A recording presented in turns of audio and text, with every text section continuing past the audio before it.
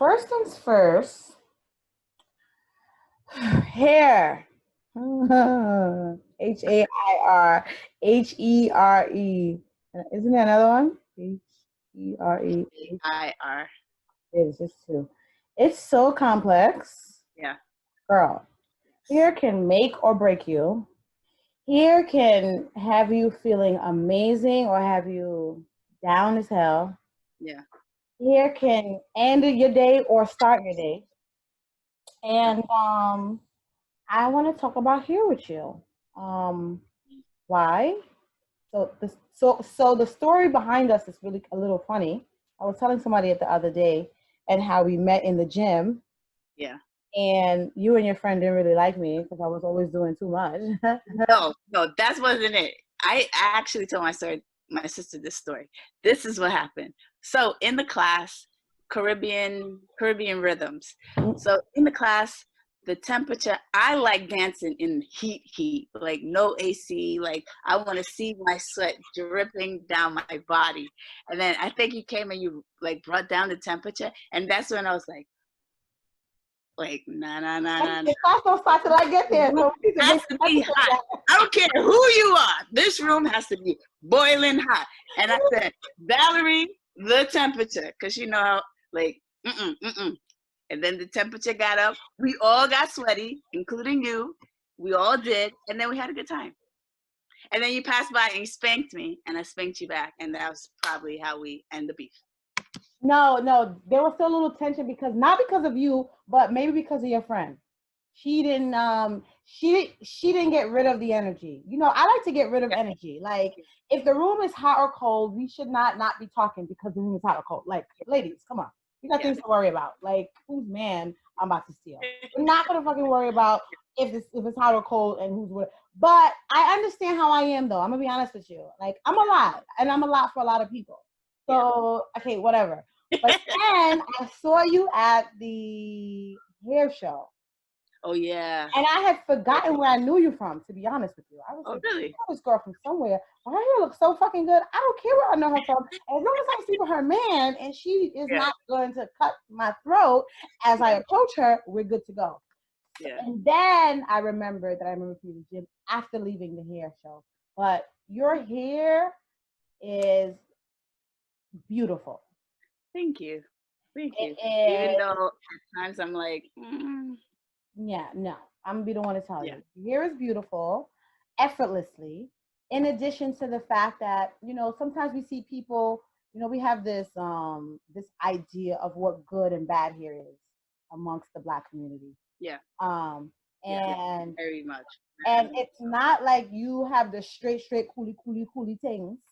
It still has the kinkiness to it that to me is what makes it so beautiful because it's manageable, but it also has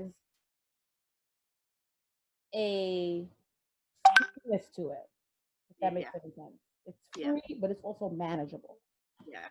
And it looks like black hair. Like no one's gonna go, wait, was her great grandfather an Indian? Maybe depending on what styles you do, you can do that, especially based upon what products you use. But generally, you look like you got Black girl hair that is well taken care of. Period. Thanks. So you can toot your horn, toot it. No, the thing with my hair, and anytime I get compliments on it, it kind of surprises me. Like a lot of people think like it's usually when I don't do my hair or I don't put a crazy lot of effort that I'll get the most compliments. Like in the beginning, before the natural hair movement, I've been natural all my life. So for me, it was like, okay, when some people like it or I see more women, that's the thing. Seeing more women embrace their hair. They're like, oh, I have to. I'm like, yeah, I actually don't. So I wasn't a person to push everybody to say, you have to do this, you have to do this, you have to do this. Because some people be like, bitch, like leave. So I'm like, you know what? Everybody has their own time of how they're going to embrace. But I'm going to just be myself. And then somehow people just start to like, yo, I really like your hair. Like how you get this done, like what you put in your hair. I'm just like, okay. And I started my YouTube like years ago, but I didn't put in like the effort or just things. And I just feel like, I don't know if anybody really want to hear about my hair. but at times it will be like one-on-one conversations I'll have about my hair. But yeah, like, but the kinky, no, there was a time I would always have my hair slicked back. And then after a while, I just started going to work, literally in an all white environment with my afro. And they're like, one person was like, "Oh, you look like you have your finger in the socket." I was like, "I don't care, it's my hair." And then years later, he was like, "You know, I like it when it's out." I'm like, it takes a lot to like chip away.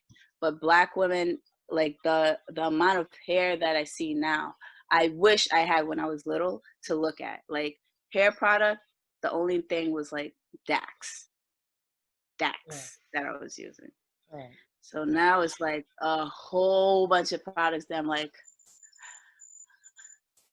I'm glad that the younger generations are able to get that. And even us to like, okay, you cut it off or whatever, let it grow out, which I must say, I really, like when I saw your hair out, I was like, where the fuck all this hair came from? I was like, oh my God. I love the cut. I have a thing with haircuts. I don't know what it is, like just the ends being healthy. Just the ends being healthy. I was just like, oh my God, it looks so beautiful on you.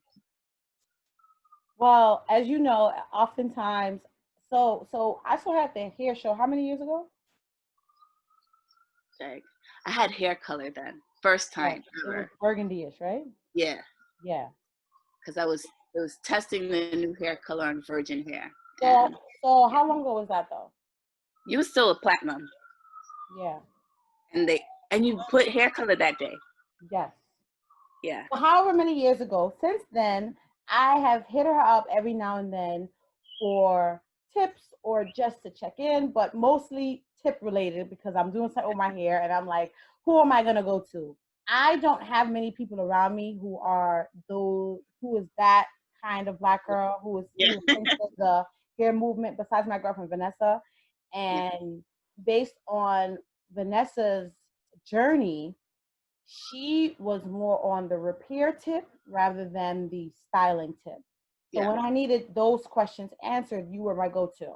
yeah, And so after I had my 9 to 10 years of short blonde and yeah. decided that I was going to let it grow back, which was also a process because in that first 2 years of letting it grow back, I cut it so many times.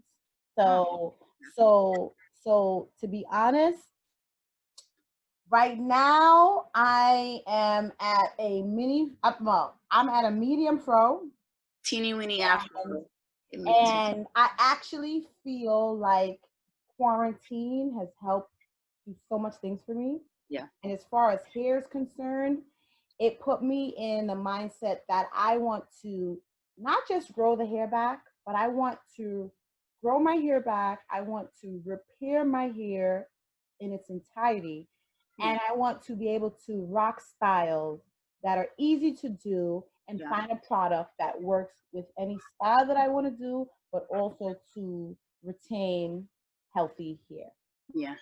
I think like with us talking through quarantine about hair, of you just talking about repairing, that it actually caused me to be like, hey, you know what? I need to get back to repairing my hair again to get it like healthy again.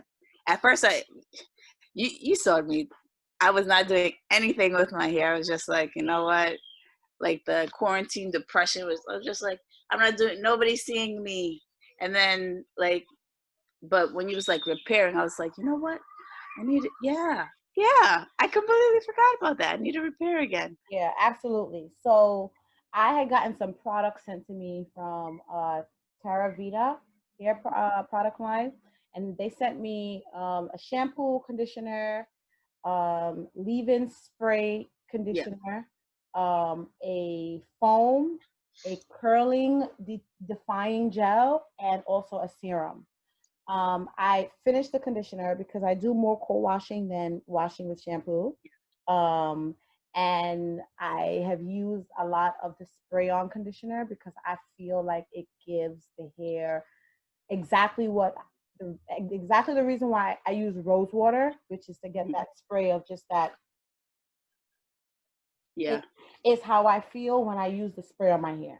And I know it sounds crazy because it's not the face, but I feel like it's a refresher.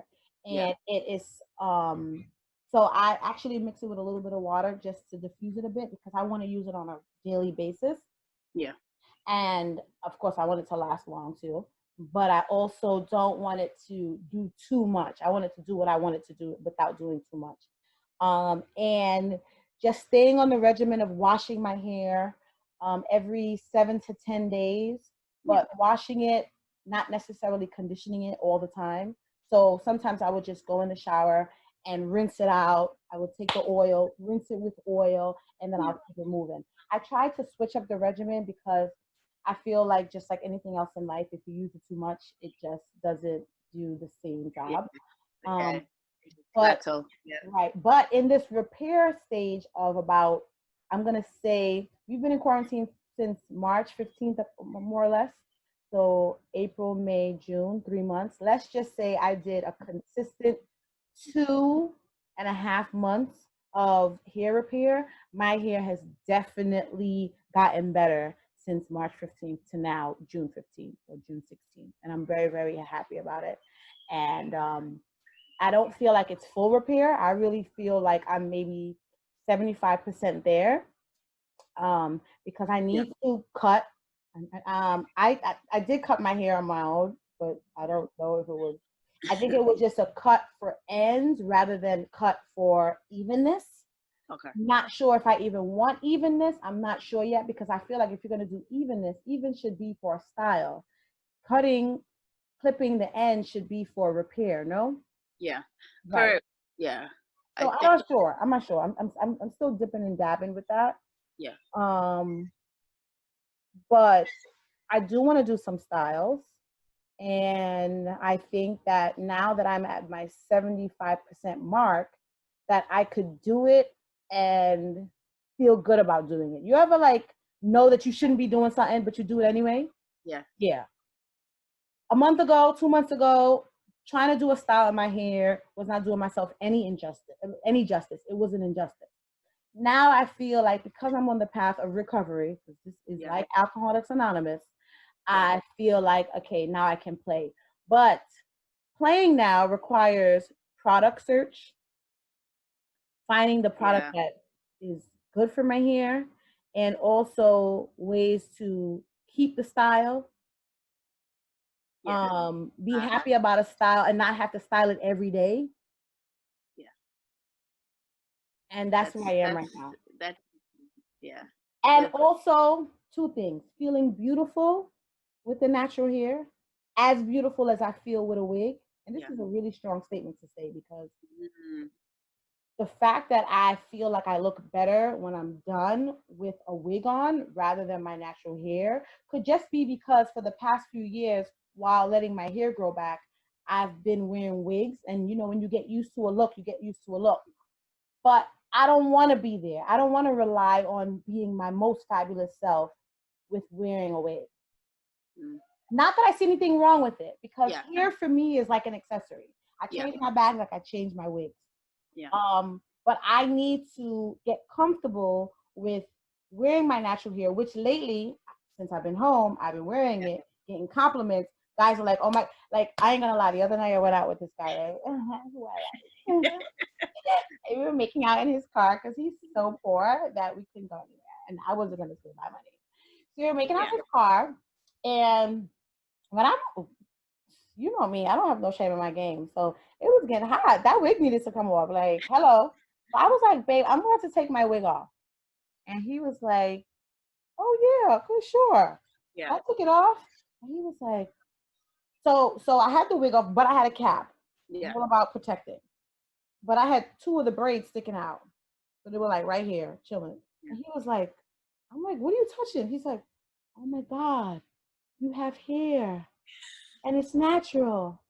Why don't you wear it out? You would be unstoppable. I'm like, nigga, Yeah. I'm already unstoppable. Yeah. What are you talking about? But all of those things help one feel secure Yeah. about being your best self or being Yeah. your normal self Yeah. when wearing your hair out. Because that's one thing I noticed with me. I don't. It would. I don't know. With wigs, I haven't put one on to walk down to be like, it's just something like my sisters could do it. I have two sisters, like they'll do it. And I'm just like, it would be so hard for me to put on a wig. Probably with the aesthetic that people have of me, like, oh, you're just this natural hippie and X, Y, and Z. And I'm just like, no, it just like for me, I haven't been in that. I don't knock it. Like anybody who I'm like, oh, it looks, but I can always like somewhat clock somebody in a way, like could see like, okay, if they did this, it will just look seamless. But I won't say it because it's like literally that's a bit of. But when I don't know, once you put like once your hair, I think that's the thing. A lot of Black women don't realize like the natural beauty that they possess, that their hair just amplifies, literally amplifies it on like a whole nother level. I had to tell somebody that there was one person who's like, yeah, I love your hair. I'm just like, yeah, so why don't you do that to yours? I was tipsy, so I just said it out loud. I was like, literally, it's the hair that grows out of your head. And I asked this guy, I was like, what would you prefer? Like, one with wig, weave. He was like, I don't mind, but something about natural hair, especially some men when they relate it to their mother's natural beauty, to be like, yo, my mom doesn't. So that's what I'm kind of like gearing to, which I found interesting. But a lot of women, they sense that. They're like, yo, but the more compliments, that's why a lot of men, I think, when they tell me like, yo, there's a lot of in the beginning where people's like, yeah, I don't understand why women do that to their hair. I'm like, so why don't you tell them how beautiful they are? Like they need that. Like we all need that. I'm sensitive. Like big me up. Yeah. And that is why I make a very conscious effort when I see someone with their natural hair to be like, yes, queen, yes, with the edges, yes, because really, Yeah. if you really want to break it down, you know, I've always been protective about hair. Whether it was short and blonde, I took care of it. Whether it was during the process of growing it back, braiding it, greasing it, deep conditioning it, combing it, doing what I need to do to it, making sure whatever, wearing the caps. Like I wear a dome cap under my wig. Most women don't wear a dome cap because number one, it makes it like it gives it an extra layer. Yeah. And they don't necessarily have all the shades of the dome cap. So it doesn't get the exact match, but I'd rather have hair under my wig than be caring about if it matches or not. Honey, you ain't looking at my hair that much with all this body and face.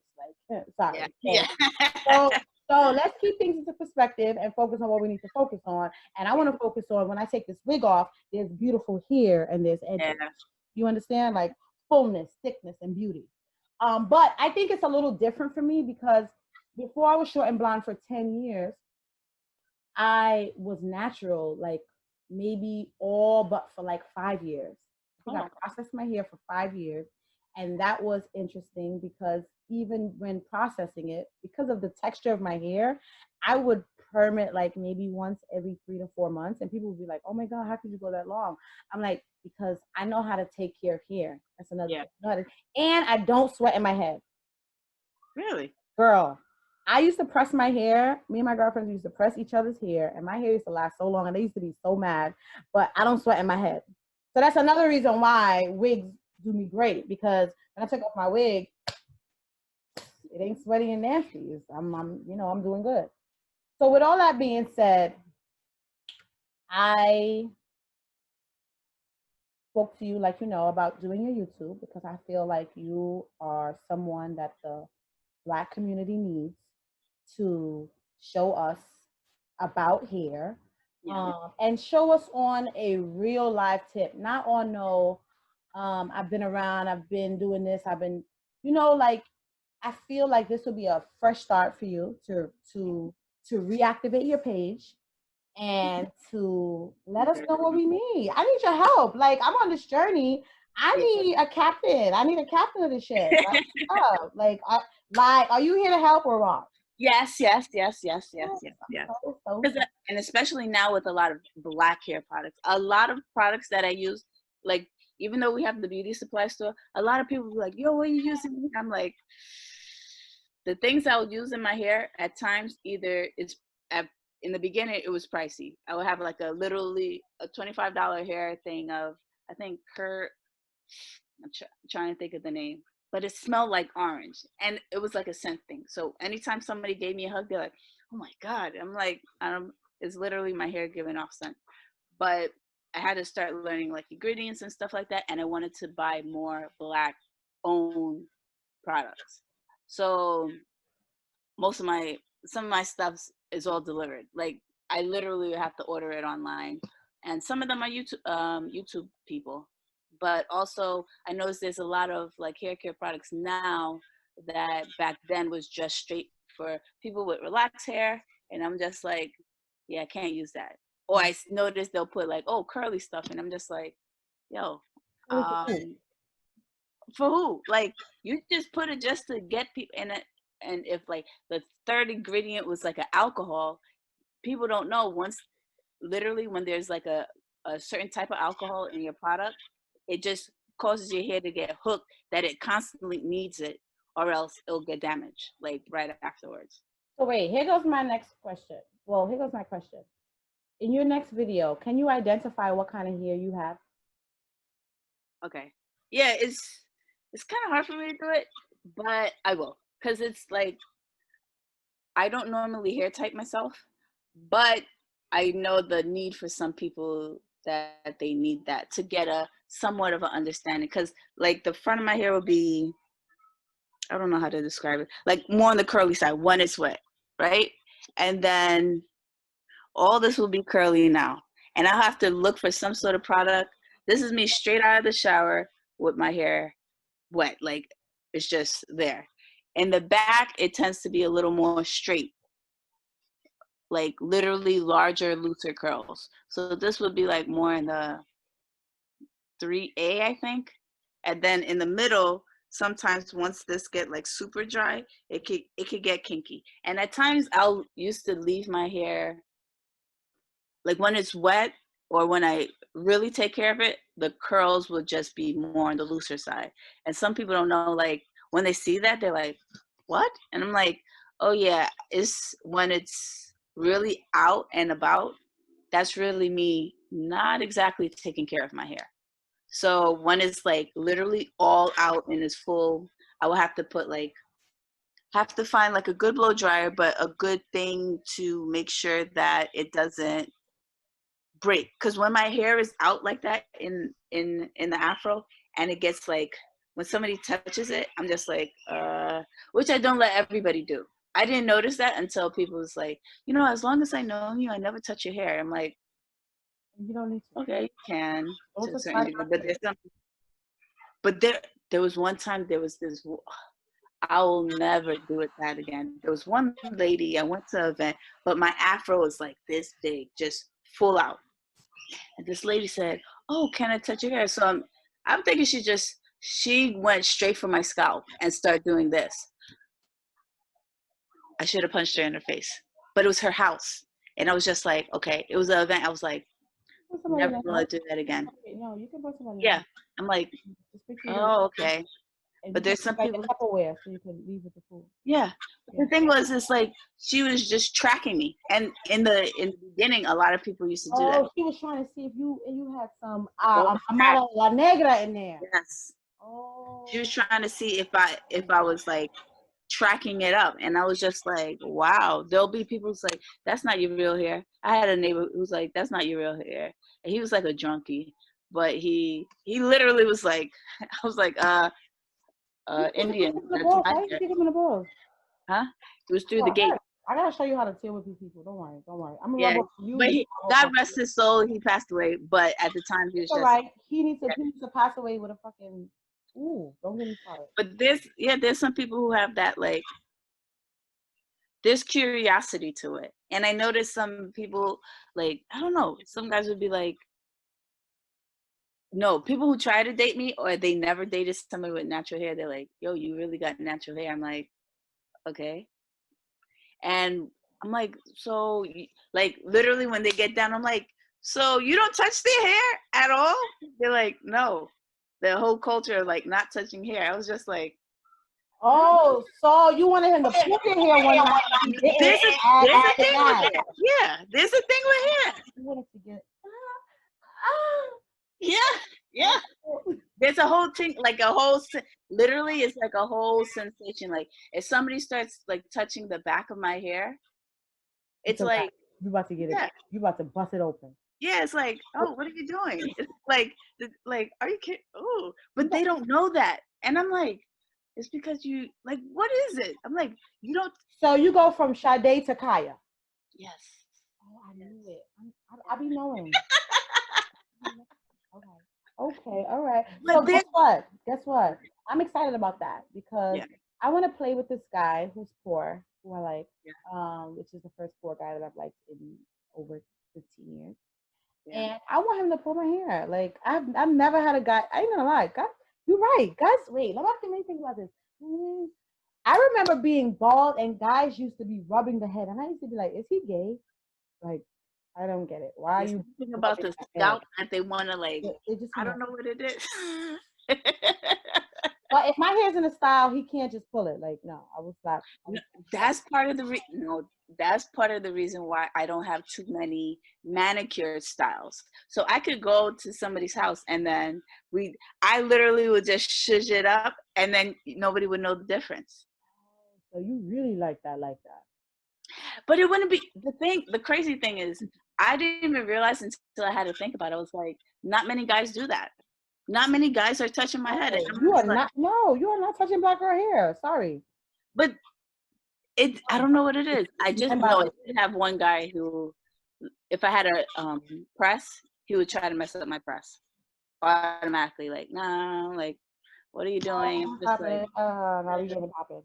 Okay, so I need you to identify, but also when you identify it, I want you to also, because people are gonna be like, her hair kind of soft, her hair kind of, you know how that goes. Yeah. So I need you to identify your background when you do. Yeah. I also want you to identify your hair growing up, whether it's family, whether it's friends, whether it's school, whether it's the neighborhood. I want people to really get a background of you and your hair. And I feel like that'll set the tone for your page for people to understand where you're coming from, see where you are, and know where you're going. Because I never think about that. I have been like, even though I grew up in the black world, that's what it is. I did have a bit of privilege in it. And I had to realize with myself, I'm just like, yo, I have privilege with my hair, just that of itself. And people's like, what? I'm like, yeah, I do. Like, people used to always call me exotic. And at the time, they made it seem like it's a positive thing. And I'm just like, I'm just a black girl with hair. But to them, it's like the whole, oh, you got this kind of hair, so you're this kind of person. And I'm just like, yo, don't knock the person with the coarse, kinky hair. Because when I see their hair like voluminous, I'm just like, oh my God, that looks so gorgeous. And back then, it was like, if you had your hair a certain way, you never told anybody what you put in your hair. Like, oh, my hair's like this. Oh yeah, my mom does it. Or I can't tell you what I do to it. It's almost like you had to keep it to yourself as a secret. Like, no, you can't have this because it's just for me. And I'm just like, are you kidding me? Whereas now everybody's like, girl, let me see what you got. You gotta take that thing. Yeah. It's funny because I have a 16-year-old niece who's about to go to college, Lincoln University. Yeah. And she has been really experimenting with her hair. Now her mother's from Honduras, and her dad is my brother. So her hair texture, I would say, is a lot like mine. When I was growing up, people used to be like, oh, you have soft hair. And I was just like, I didn't see it as soft hair because everyone else around me here was way softer than mine. So I'm like, but then when I compared it to my sister's hair, I was like, yeah, she got something that I used to call, and I still call, gung tak. It's like a gung tak. Like, you have to attack it. It's a gung and it's a gang. But with that being said, there's hair privilege for sure. Like, because my hair was softer than my siblings' hair, it was like It was like, yeah, you have the nice hair. It was like, yeah. Yeah. I mean, I was also cute, the cutest one. That helped. But remember, this is from a dark skinned household. So Yeah. even amongst the darker of the spectrum, there is still that privilege that exists when the hair is of a certain texture or a certain quality. Yeah. But that's just all the issues that we have amongst ourselves. But it's still beautiful. It's still Yeah. beautiful. And the range is beautiful, just like our skin tone. The Yeah. range is wide and the range is still beautiful. Yeah. Um, the love for natural hair will do wonders for the new generations coming in, because Yeah. loving yourself is not just loving your skin, loving your appearance, loving Yeah. your life. It's loving your hair. Like, Yeah. hair is so important for Black Yeah. women. It's like, Yeah. it's not $1 billion industry because it should be taken lightly. No, it's a billion No. dollar industry because it's such a main focus on our everyday lives that Yeah. that Literally. the fact that people are focusing on the the natural beginning of hair, so the little girls can learn to embrace the beauty of hair, it's remarkable. And I'm happy to be born in this time to know the first half and also now the second half Yeah. of big Black beauty. Yeah. Black beauty. It's needed too, Sure. because it it wasn't like I had people to honestly, I didn't have people to look up to in regards to hair. Like my mom would just literally have her hair in like a ponytail and that's it. And your mom's And very her, soft. yeah, So super. it's not like it's a Even though like right now I notice it's more e- her she hasn't been well, she hasn't been like repairing or doing it, but her hair once it's treated, it's like curly. She's Polish. She has Polish background and Haitian. Like depending the whole history, there's a whole history behind like the revolution and where her family is from. which you And talk about in your next video because yeah, it's very, very important. yeah. So with that is like with her, the way she treated my hair was like literally would get at the roots and I'm like crying because she didn't understand how to take care of my hair. Literally she would be like and I'm just like, Ma, Ma, crying my eyeballs out, like to the point I'm not tender headed because of it. But now it's like, and everybody else who had coarser hair was just like, oh, your hair is so beautiful. And then would like use water to like comb it out and just like, okay. I And can't. My going mom to do school, this. that was a thing too. Yeah. Yeah. Going to school, everybody's like, oh, you got good hair. And I'm just like, why everybody's talking about this good hair? Like there's good and bad hair. But I never really voiced that out, which I should have. But I didn't know how to do it. Yeah. I didn't know how to Well, do now it. that you have your platform, which I'm happy you changed your name, Yes. because I was Yes. going to say it, but I'm happy you did.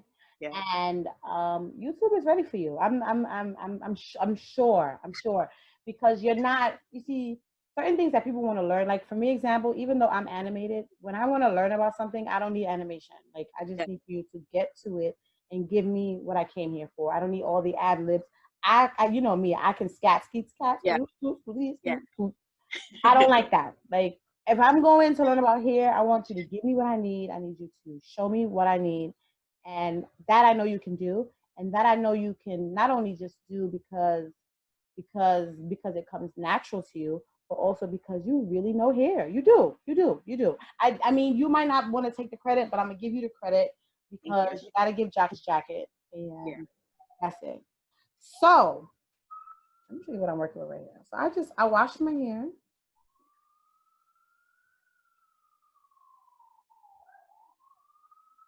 It looks so pretty. And this is what I'm working with. Now, to be honest with you, I could never just wear it like this. Why not? Because to It's a me, heart shape. I need sleek. Well, actually, it's really not. It's just that I have like serious shrinkage. So when I No, like no, this, but it's shrinking into a heart shape. it's a That's heart. yeah, Oh, that's a the thing. heart. Yes. Oh, yes. Um, Maybe with product, I could leave it out like this. I have sometimes, you know, when I go do laundry, I'll Yeah. leave it out. But the reason why I don't is because when it's dry, it's a whole different ballgame. Yeah. Yeah. Like Yeah. right now, it's manageable. Yeah. But Uh, that's one thing with wash and goes. It's not really wash and go. You'll have to put like a whole bunch of product that, yeah. yeah. I have to put a lot of product. There is no just wash and go. Um, and there's always constant I need to get a spray like that. thing. I actually just I have this in production right now. Ooh. So it'll be coming soon. So when it comes, I'll give you one. It's All right. branded and everything. Yeah, these are amazing. This mist sprayer, amazing. I have to. Um, don't no, don't do that. Don't do that. Don't try to come for me. Don't don't. I'm crazy. I will send my goons for you. I will send my goons for you. All right. So people like the lock method, right? Which is Yeah. liquid, oil, and then cream. Yeah. I like the log method, which is liquid, oil, then grease. Oh. Cream doesn't do it for me. I'm Yeah. not a cream girl. I Yeah. feel like you have to be on a certain page of the spectrum to be able Yeah. to use cream to get the intense moisture that you need. Yeah. I need intense moisture. Cream just doesn't do it for me. Now I have some cream remaining because quarantine is I'm also on some use everything till it's done type tip. So I have Yeah. this, and I have this. So right now I'm going to do the lock method, but I'm gonna add an extra step of Yeah. grease in the end because I need grease for my hair. The more grease in my hair, the more manageable it is for me. Yeah. But I don't clog the hair, but because using grease can definitely clog the especially the roots. So what I try to do is I try to focus in on the ends Yeah. with the grease from like here downward with the grease rather than hitting the scalp with it. Yeah. I start to hit the scalp with the grease maybe second or third day. And Yeah. that's only because it's braided, and to ensure that the moisture is getting to where it needs to, I have to put it on the roots because if you're doing a cornrow, which is usually what I end up leaving my hair in, where else am I going to grease? I can't grease the end and think it's going to get up here. So I got to hit the roots so that it can trickle down into the actual cornrow. And actually, after a while, your natural grease of your hair start like the oils will start like coating. I think, especially people with like braids and stuff. If you ever do your braids and then you take it out and you notice it just seems to be waxy or like thick, like this film, is your natural oils literally going down the shaft. Okay, yeah. That's what I've noticed as well. So again, that's why I don't really necessarily go directly to the roots because I know that, especially since I don't sweat in my head, Oh yeah. um, the oils are there. The oils are definitely there though. So I've been doing the method of doing the four because it's been working for me. Yeah. Some people do it. I see some girls on YouTube not do it. But when I do the four, parting it into four, it works for me. Have I done four? I've done four, and then after a while, I think when I was younger, I used to always have like the center part, but I do have a widow's peak to like guide me. But it was to a point that I couldn't like the line felt indefinite that I had to keep like try to like move it around. Yeah, that's what when you got that. So But I'm gonna when you come, I'll give you some of these. They're wider headbands, and I think I purchased this when they were like 50.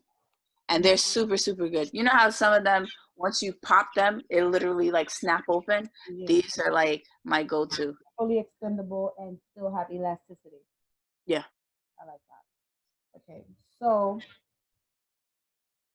when I start, I usually, like I said, I put it into the four, Mm-hmm. and Are you gentle with your hair or you're just like um, I'm pretty gentle with it.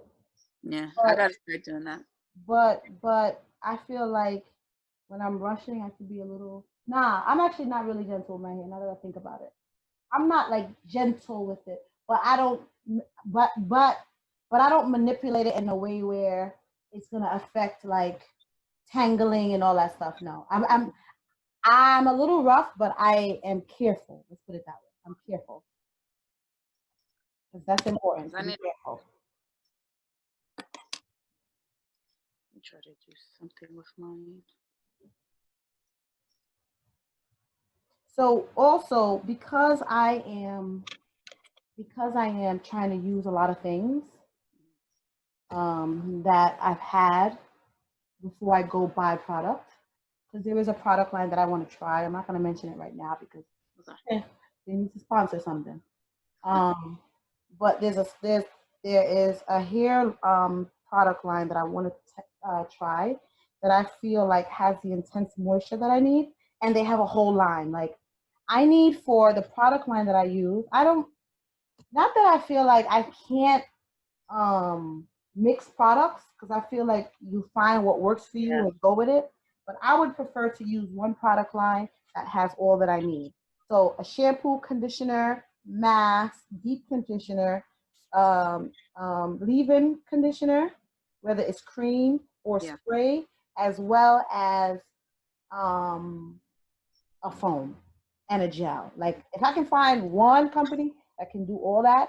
Now I've never tried it, but this company that I want to try, they do have all of the above, and I'm excited about it.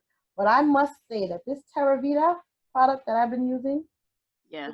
definitely helps with my repair. I don't know if it's just because it's the first time in my life I've been consistent with the use of one product Yeah. or Probably. product line and just being consistent. That could be it. But I definitely feel like it's definitely done the job of bringing my hair from where it was to where it is right now. I need to start using new products more. I won't buy like in the beginning. My sisters didn't really touch my hair products. They all knew like that was my thing. One has like makeup, one has my hair products. Nobody touched. They were like, ah, you're doing too much. You're doing too much. Now it's like I have to kind of stash it away. Like my good stuff. I'm like, I'll leave it over here. You guys could just have all these stuff. But it was crazy. It was like, so I won't use a lot of shampoo. So it's always like one bottle of shampoo with 2 bottles of conditioner because literally with curly hair, you need a lot of conditioning. But yeah. All right. So what I just did was I just went through and I took the yoyoba oil. Now, how do you pronounce this? Jojoba or yoyoba? I think I've heard it as jojoba. Oh, ho ho. You know that's my favorite word. Jojoba. Okay. You know what? I'm gonna go with jojoba too because I can't forget that.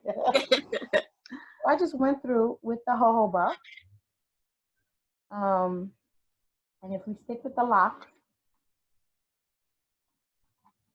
I have to consistently put water on my hair. And again, I took the leave-in conditioner from the Terravita Yeah. and I put it inside of the bottle and I just added water to it. So I'm getting the leave-in conditioner as well on the hair. Would you ever put like a little bit of oil in the water too? No, but that sounds like it would make sense. That's how I had the stylist who actually colored our hair did that's how she used to detangle my hair. When it was out, I couldn't go to a hair salon. Or I went with it untangled and she's like, what the put oil, water, and like whatever leave-in conditioner. And it's like the best detangler. And I used to detangle my hair in like 20 minutes versus like crying about it. And then you mix it up. And that was like a bomb cocktail. So that could even be like a refresher too. Yeah, exactly. Yeah. Like that. Especially since this jojoba oil is not cheap either. Yeah. So we need to stretch this bad boy out.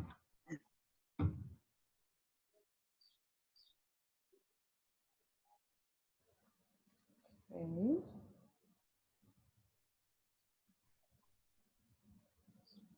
Trying to curl my hair, but it doesn't seem to last long unless, I don't know. That's why I leave my hair like dry at times. When it's more on the drier side, the styles last longer versus when it's a little more on the curlier side. Ooh. Mhm. Like when it's like this, it has to be a certain way that it has to dry, and I'll leave like set it for a little longer. The longer, like say you do like twist or whatever, the longer you leave it in, the longer when you take it out, the longer it lasts. Oh, so you mean for like a twist and then a leave out? Yeah, like if you want to do a twist out, say you have twist in your hair for like the first day, the twist is always like a little loose and open. But if you put it and you hold it for like a few days, you'll see the definitions longer, last way longer. And how long do you leave your twisting? As I got older, I haven't been keeping it as long as I would like to, because it's usually like I kind of fall into the hey, let's go out, and it's like, oh, I can't set it for the days that I want it, so it'll be like quick styles. But I'm trying to get back to that again. Trying to get back to doing it. And if I do, I will leave it for like maybe 3 days. So if I did a twist and leave it for 3 days.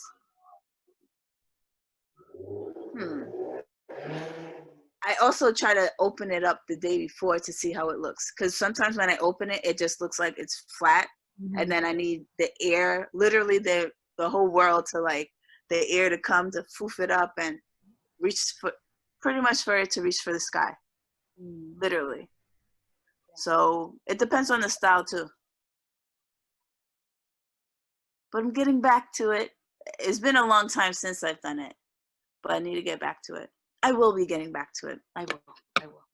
Period. And especially the more questions I get asked, the more it's like, oh, let me answer that. Let me answer that. See, like even this, I feel like I can do a little bit of a chip chop. Yeah. So what I like to not do, or what I like to do, is when I'm twisting it, Yeah. I don't twist it too tight because I don't want when it comes out, it's too skinny. Yeah. Oh, define at the root.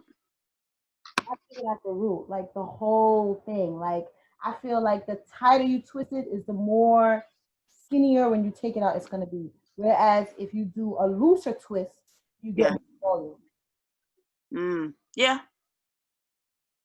Yeah, that's true.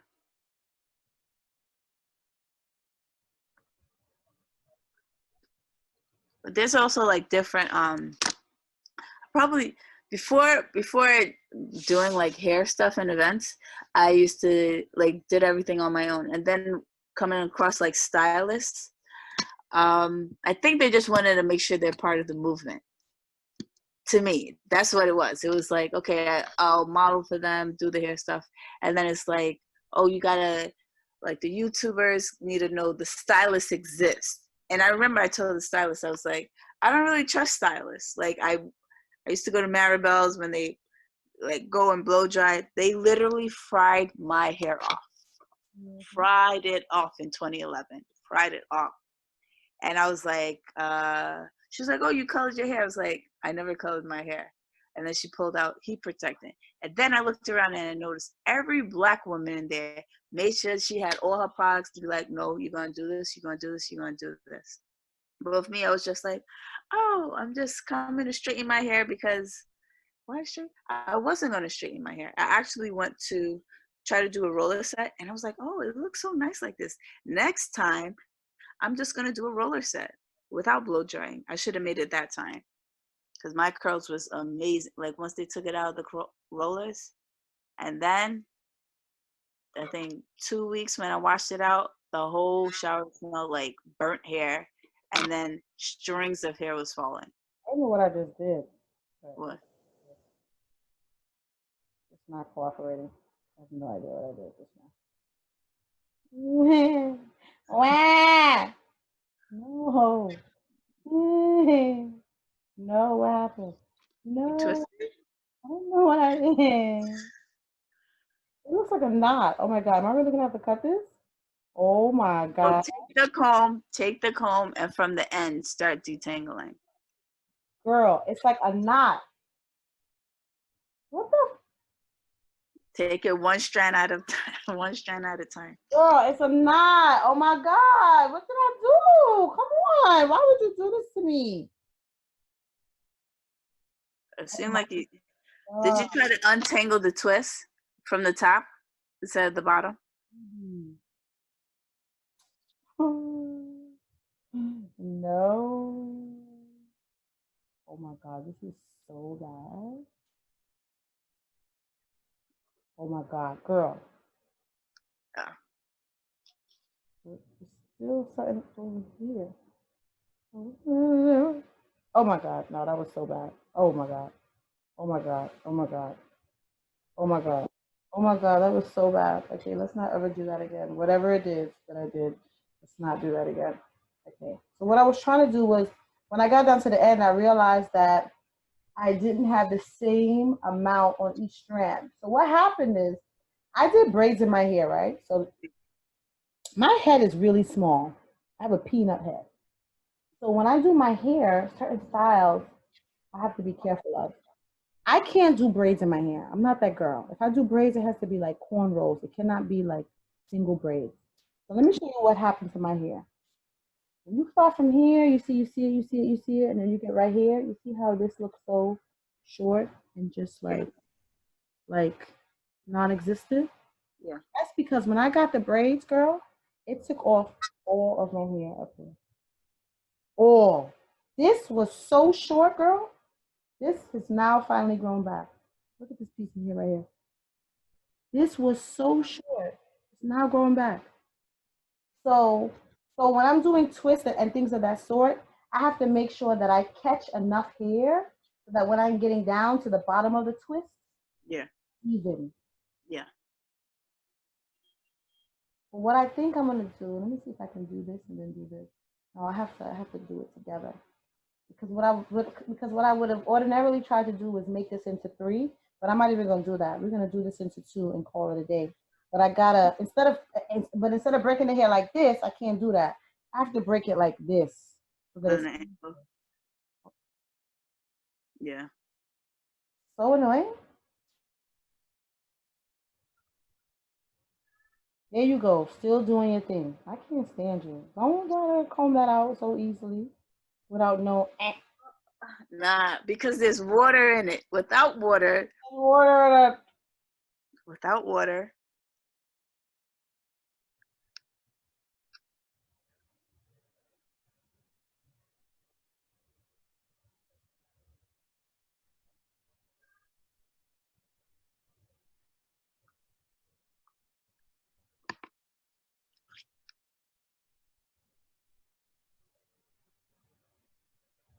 But I haven't been to hair shows and all that in a while. Oh I don't yeah. know if any of I was that is. actually gonna go to a hair show this year. I was actually gonna go to Essence this year, this summer Oh, in in New Orleans. New Orleans. I was looking forward to that. I went to that maybe 3 years ago. I had a blast. It was awesome. Yeah. My girlfriend Ursula was one of the um, hosts or panelists, for lack of a better word, one of the two. And a few of my friends were performing, and I was just like so excited. It's such a good experience. Like every woman needs to go to the Mm, I wish I went. I think I Orange. went to Orleans one time, but it wasn't.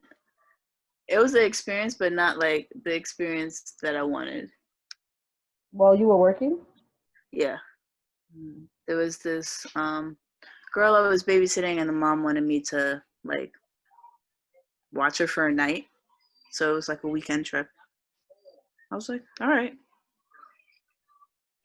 Oh, she went to get her freak on in New Orleans. No, she was like, she actually went to the gym. So she has her daughter who she made sure her daughter had like black babysitters because she was black and the mom is black. But she was like, she wanted somebody older, like an older babysitter. not somebody just out of high school. So I was like, all right. And they're like, oh, that's her aunt. I'm like, okay.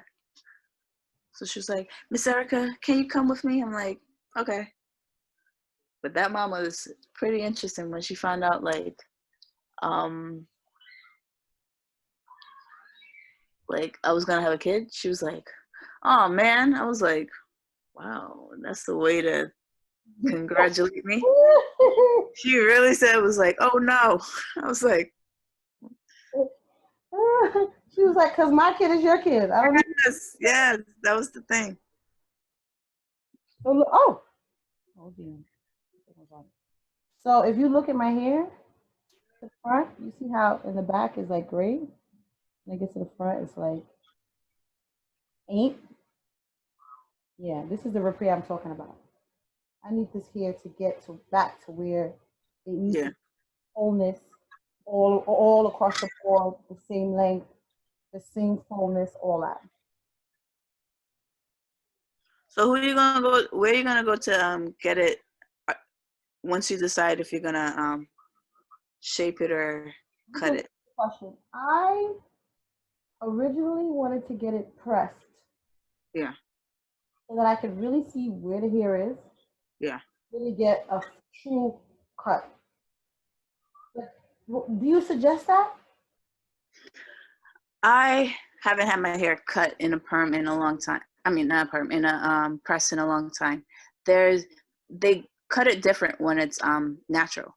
So when it's natural, they tend to. I've got dry cuts. One is either they cut before they wash their hair, blow dry it, but they'll blow dry it like how just literally in an afro, and then shape it to whatever style you want or the cut you want to just look how it is then. But you won't exactly see the true like ends done and or how it will look until you wash it again, if that makes sense. But when it's straight, you just see all the ends completely. Because pretty much it's just like how when they, like if they cut their hair, I didn't know. Anytime you, like, say you comb out your hair and then the comb stops, like it gets, like you can't seem to comb, that's where you're supposed to cut. You shouldn't be cutting like all the way at the ends. It's literally where the hair stops that you can't seem to pull. That's when you need to cut. Or you when you comb it out and then you can see straight through the hair. If you see straight through the hair, that's like super damaged. But to press is more like I see it as a style versus to see that's when you need to get your hair cut. But because it's like super straight, and then the way sometimes people tend to cut their hair, like say your hair is all the way down and you cut it this way, when you like cut it straight like this, when you wash it and it comes into afro, you could have a whole bunch of layers, or it opens up in a way that it's not gonna look the same. Versus like say if you cut it in a certain way, there tends to be layers and different type of bodies throughout when you do press it. Yeah.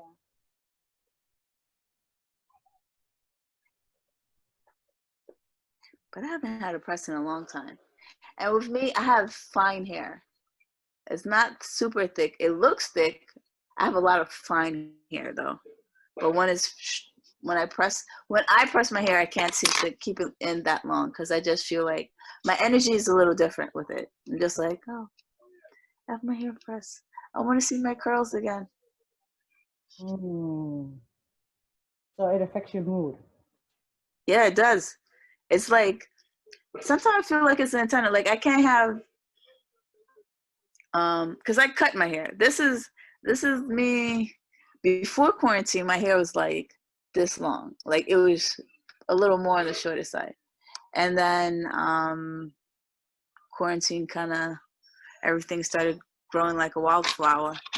But when I have my hair in certain afros or certain, it's more of afros that I tend to go out with, I'll have different reactions.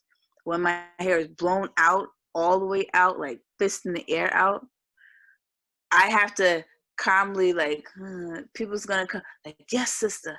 Oh my goodness, Shaka Khan, all this stuff, and I'm just like, thank you, thank you, thank you, Thank you, ladies and gentlemen. thank you.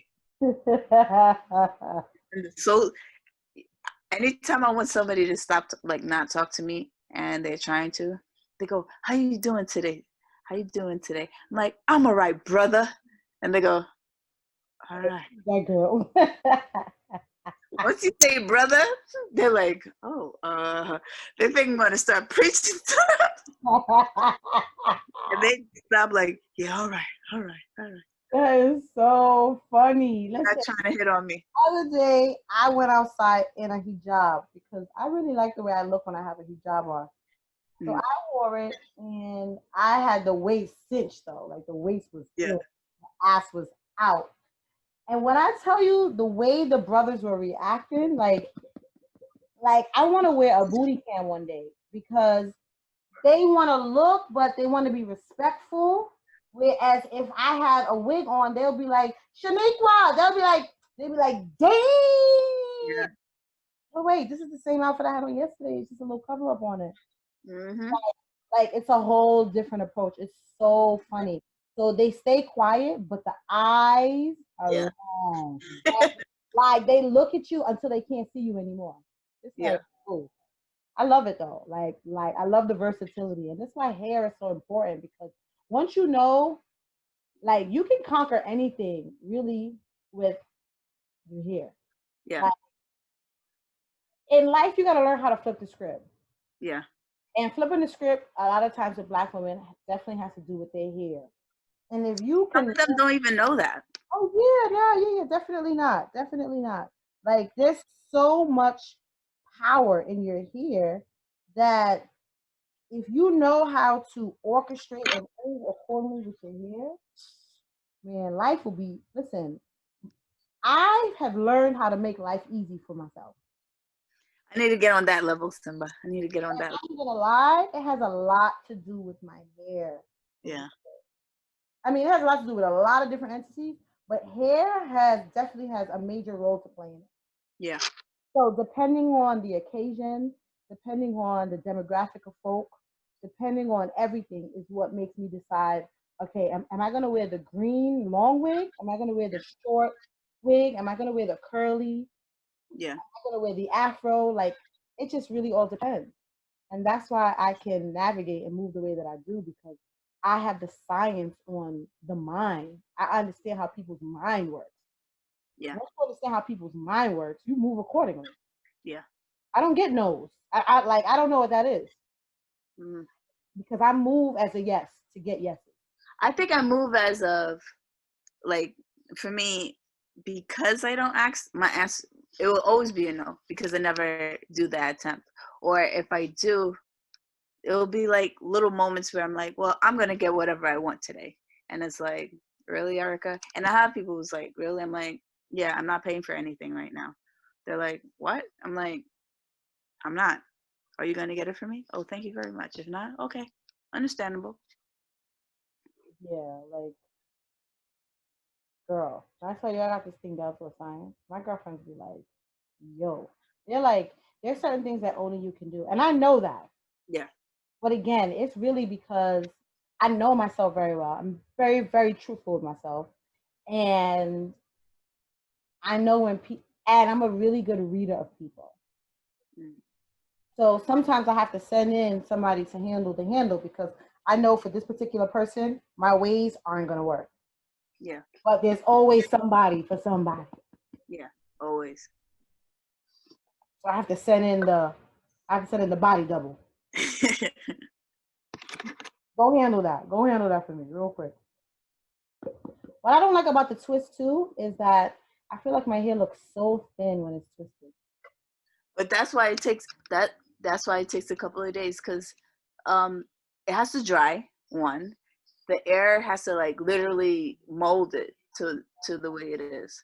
And then if you sleep on it in a certain way, yeah, those tend to play into a factor. In the beginning, it's always like the first day is always not the day. And it takes up to 72 hours for your hair to get to the true style it's supposed to be. Like after, like from washing, it takes 72 hours. Yeah, for it to settle. So what I do sometimes is after I twist it, and let's say I want to wear it within 48 hours, I would I would wet it when I go in the shower, Oh yeah. and that's So really for volume, to increase yeah, the volume, because I just feel like it looks so stringy. just need that open up of all these like.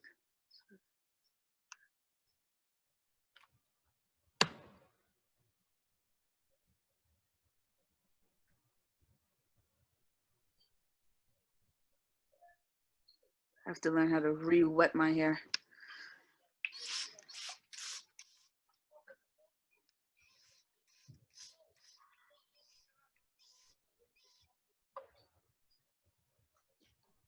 And that's another thing.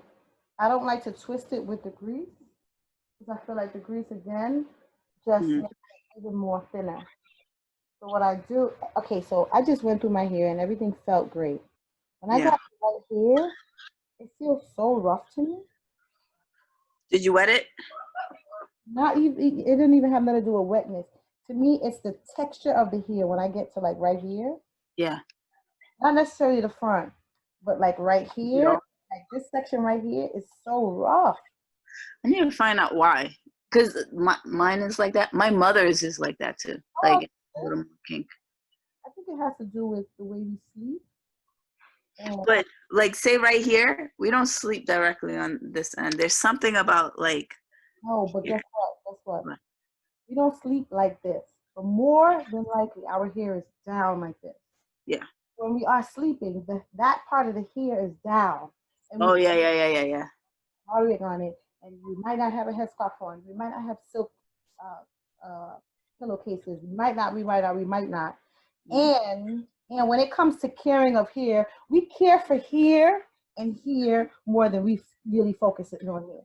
So I That's think all those different factors that contribute towards that, because I've studied that for a long time. Even when I was a kid, I used to be like, why is the center like that? But we don't really pay attention to the center as much as we pay all the other parts. yeah. What we see. Yeah, exactly.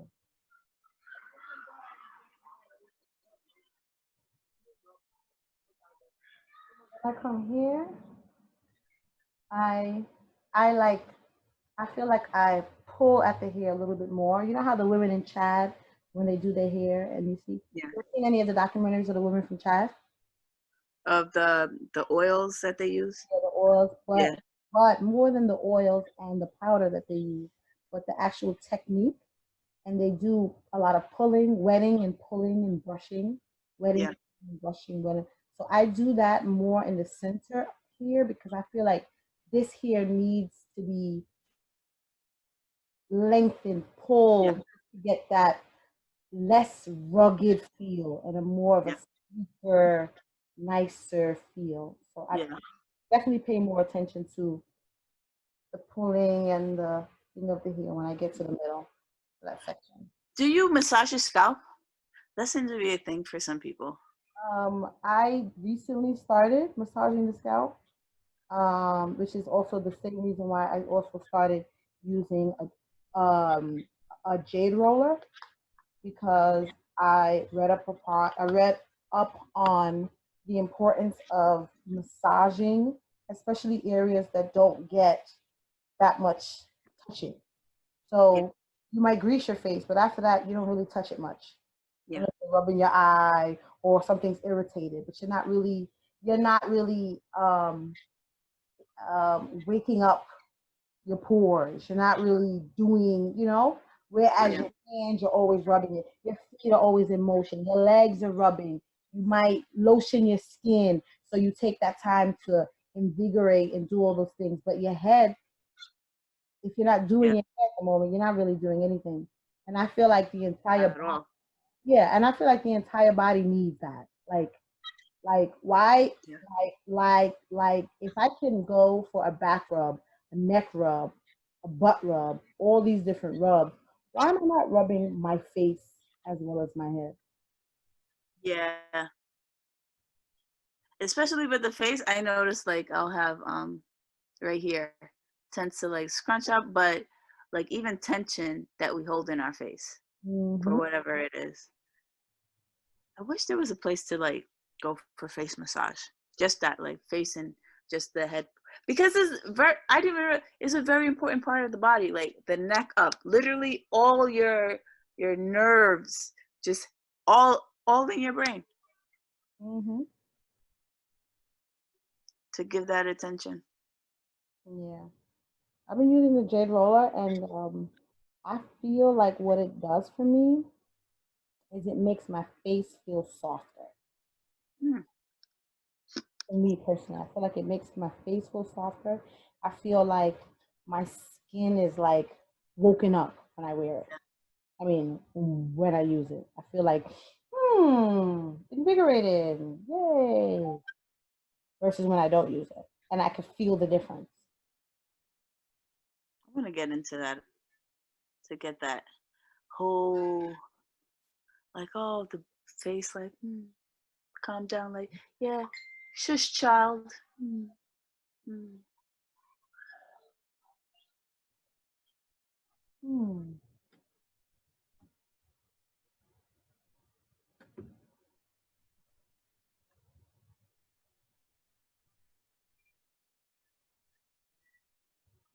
Go to the back. I usually start off in the back of my hair. You need to start off with what? Yeah, I usually start off in the back.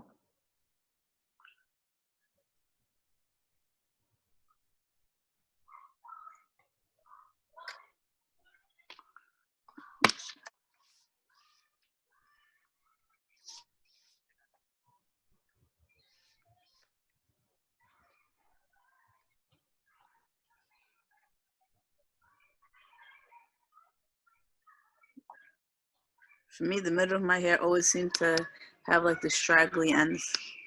Like I'll try to cut it, or it'll be like super long, but it's like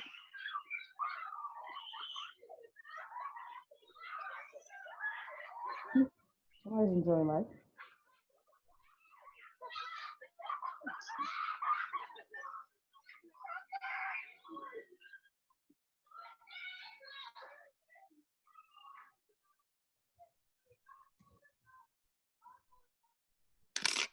Wait, so you're twisting and then what? Wait, what is that? bantu knots. So I'll twist them, and then so when they come out, they'll have like their own curl around the curl. So I'll twist my hair, and then at times, if my hair is either right now it's just jagged cut, but the ends aren't as rough, so Mhm. I can't seem to. So I'll take the comb because at times if my hair is like super wet, it'll curl up. So I'll take the comb with some products and then twist the end like a little finger coil, and then take it and wrap it in the same direction that it's twisting. So Mm. I'll make a little knot, and if it stays, like tuck it in under the twist, it'll stay. If not, I'll use bobby pins to keep it in place. And it's easy to sleep when I do it. So I could keep it in for a few days, which I'll probably keep it in for like 2 days. Because do I have anything? Thursday, Thursday I have to go to work for the election. Wait, so wait. Oh, because they're doing early elections. Yeah, it started last. It started last Friday. Early elections. Wait, wait. Please explain that. Explain that. Early elections. They started in November. So you could come into, you look for the site where you're able to vote, and you literally go in. You don't have to look for, oh, where's my voting? You go to any station, you get your ballot, you fill it out, and you're in and out. Because literally, we'll have not that many people come in during early election, but it gives them a grace period. They'll come, it's like 10 days before, 10 full days, 8 days so last Friday and early election will end this Sunday. So is it always like that? It started in November. They've started early election. And it's a paper ballot, or is it a Paper ballot. So if those, they kept saying you can do that, but I noticed they haven't been pushing for early election. It's only absentee ballot and come during election, but there is early election happening throughout the city. And what people do you and what kind of folk do you see going to early election? I'll see the older folks, white folks, people are in the know, but during regular elections, I'll see everybody come out. But what I find interesting is a lot of the whole, what is voting going to do? But you're complaining all the time. You're not doing any, like, that helps defeat the purpose of whoever you choose to vote for. That is not happening. You have to vote. But there's some people who are really, I saw this one mom who was preaching to her child about voting. Yeah, you should vote, you should vote. And I'm trying to find all ways to make sure she's able to vote. And now when you go to vote, it's no longer in the book. You know how they had like sheets of paper that you had to look for your name? Everything is on an Apple. Like turn, sign, initial, okay, here's your ballot, and that's it. So it's a faster process. Very faster process. But during regular elections, you sign up for everything and they give you a paper ballot. But there was this one mom who was like, oh, what? During early election, they print out your ballot. Like literally there's a printer, like the ballot is designed specifically for you.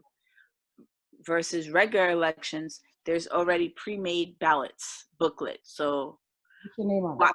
Yeah, why is that? Because there's some people, they have different candidates in whatever location, but yeah, different districts. So, but it's usually a lot more people are designated to different locations for only early election.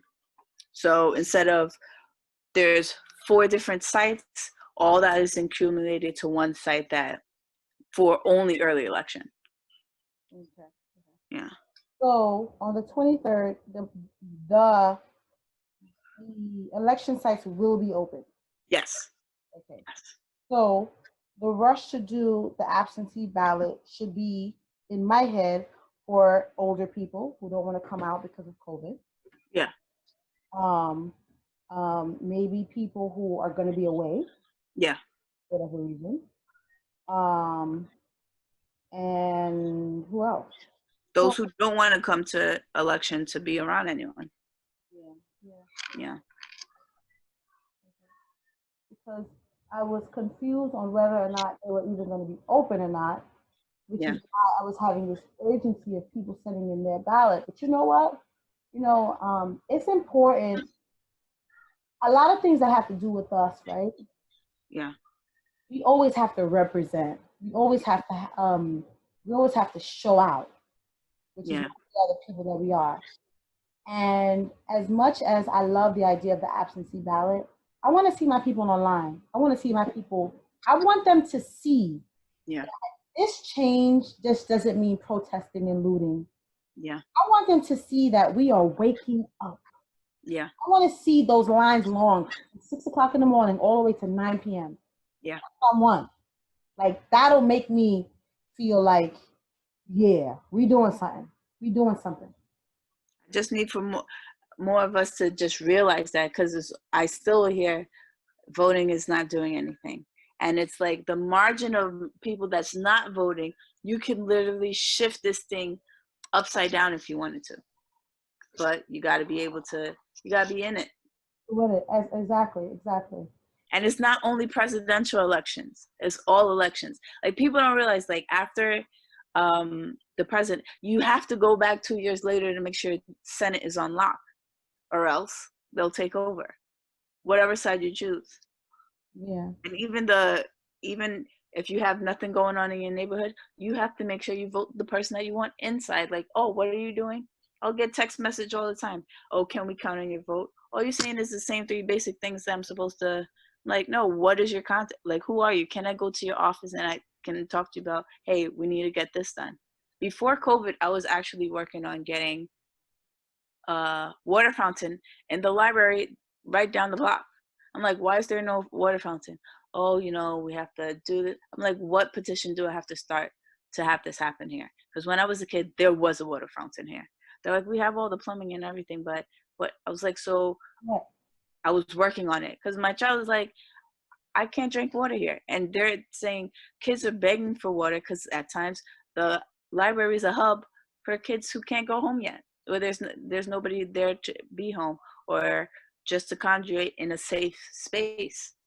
It can't be a cooling center because there's no water for them to drink. So that's once Well, every. I'm in the 25th district. Yeah. We have 3 people running. We have Jabari, who used to work in a New York City school, a gay guy, a black gay guy, and then there's this white woman, I don't know her name, and then there is a lady named Jermaine, a black woman, Yeah. who is taking over the seat from Valerie, who is a really good friend of my mom's. Yeah. So she endorsed Valerie. I mean, she endorsed Jermaine, so I'm going with Jermaine. But Yeah. you know what? I think tomorrow's Wednesday, maybe not Wednesday. I think Thursday, I'm going to go over to her office and ask her a few questions. What's up? Yeah. What's your plan? Yeah. What's going on? Because we can't just be voting brown, especially when there's 2 brown contendants. Yeah. I mean, candidates. I need to know which brown I'm voting for. Yeah. Make the right choice based upon the decisions that they feel like they want to implement once they reach an office. Yeah. We have to make sure that people are accountable. Especially now. Now there's no dodging, and now it's, oh, we have all the time in the world thanks to COVID. So what are you gonna do? I want to hear answer. I want to hear. Like people were mad at Diddy for saying to what's his name, Biden, Yeah. or I'm gonna hold my vote. Don't get mad at that. No. Me and my girlfriend when I tell you we had a heated discussion, when I tell you heated, honey, you don't want to have a discussion like that with me. When I say we had a heated discussion, because she was like, why would you say that? All you're doing is setting people up for tossing the vote elsewhere. I said, listen to me. Diddy is not stupid, right? He may not be the most educated person in the world, but he ain't stupid. Yeah. And Biden for sure ain't stupid.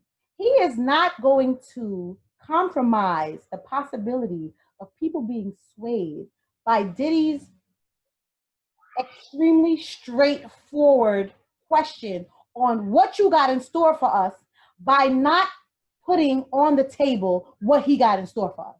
Yeah. And 3 days later, he said what he got in store for us. You have to come up with something. Okay? Yeah. So, and it's funny because my girlfriend was like, well, he's already said what he has in store. So I said, okay. So I didn't read up on it. Clearly, what is it? She couldn't name one thing. And that is the problem. Yeah. We cannot assume that he has unless we know for sure that he has. Yeah. And tell us. He's Biden. Talking to a 5th grader. What is it? Listen, not because he's Biden. And that's what we do as Black people. We let white people get away with murder. And when it's a Black person, we need to have everything in writing. No, sweetheart. No, yeah. I need you to be more accountable than anybody else at this point. For real. I need everybody to be accountable at this point. Yeah. And you cannot have any level of accountability without having any demands. Because if you don't know what I want, yeah, you don't know what to give me. Because you don't walk in my shoes. And you're assuming like, oh yeah, well. And we know how the higher ups are. The higher ups in every single bureaucracy has no idea what's happening down here. Of course. Never know. From the presidency to your principal to your boss at the job to the CEO. Nobody knows what's happening. They have Let's make some noise about it. absolutely. They just think, oh, everything is fine. Everything is fine. My child, we had to start something up for Black. They didn't have, I said, what's done for Black History Month? They said, oh, we read a book. So with me, I was like, decorated the school with my own clothing, decorated the school. Parents coming together. They were surprised. I'm like, yeah, we got parents. Yeah, are you going to be here this afternoon? Are you going to do this? Yeah, we're coming together. Had your queens, which is all literally of, because Black history didn't start with slavery. Girl. Start with slavery. That's a whole girl. That is a whole nother topic. Listen to me, girl. That is a whole nother topic that is just under. It's just what's the word? It's unidentified. Okay, that's a whole topic that is unidentified. Black history, African history. I'm sorry, did not begin with slavery. So let's get that straight. All these slave movies and all that. There's a lot of slave movies that I don't watch. I'm like, that's not where I began. That's not what's before that. But they're not gonna show that. Another thing too, the textbooks. Who's creating the textbooks? Everybody's eating up the textbooks. Whatever information. Slavery is not. Oh, there was workers. They didn't go in detail ever. We're all learning about our history outside of school. Mm-hmm. All of us. Absolutely, absolutely. Well, one thing I have to commend my parents for, which I sent a voice note to my dad. I don't know, he didn't respond, so clearly he didn't like it, but I had to give it to him straight. You know, I'm not sugarcoating for nobody. And I had to thank my dad for being the man that he is, because he understood Africanism on a whole nother level without stepping foot in Africa. Yeah. He understood our history because he didn't leave it to the white man to. Yeah. He did his own research. And with that being said, when he had children, not only did he give us African names, but we went to school where everybody in the school had African names. Everybody looked like me. I didn't have to deal with being teased as a kid, because my parents put me in lifelong and life emerging situations that didn't call for being teased because I had an African name, or being teased because I was dark skinned, or being teased because I wore African print to school. That was normal. Yeah. Yeah. Like names like Iyanya and Shaka and Jaja. Those are my friends' names. So when I came home to my neighborhood in Park Slope and I got teased, I thought that they were just all retarded. I'm like, those are retarded. Black Americans. You guys don't know any better. Like, I never had those esteem issues that the average person that grew up in a household like mine would have had. And I commend my parents for not just doing that, but especially my dad, because my mom followed my dad's lead. Yeah. But my dad was scrutinized from my mom's side of the family. Really? Wow. Listen. On the last interview that I did, I didn't have McDonald's until I could buy it for myself, unless I was at my auntie's house. My dad was not having that shit. Same here. No white flour in the house. No white sugar in the house.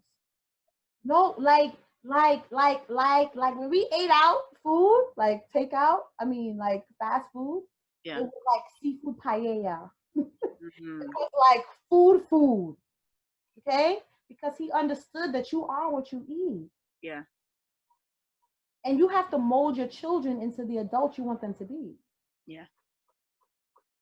And that's what they did. They molded, I would say me. They molded me into the person that I am. So that's why I think different. I move different. Yeah. And even though I may be this crazy girl, because I'm definitely a crazy girl, I'm in tune. I know what's happening. I Yeah. read. Yeah. I'm focused. Don't let Instagram fool you, my ladies and gentlemen. Yeah. Instagram is just an app. Yeah. Let's really keep it official. It's just an app. And you live in the What I give you. yeah. Yeah. Like Oh, the sure. news. You get what I give you, period. Yeah. So, yeah, all those things, all that, especially that slavery thing. Ooh. Oh. That's something like I'm like probably because with me Haitian history is a different history. That's something I believe needs to be taught. Like the Oh, the revolution, the taking. first free Black republic.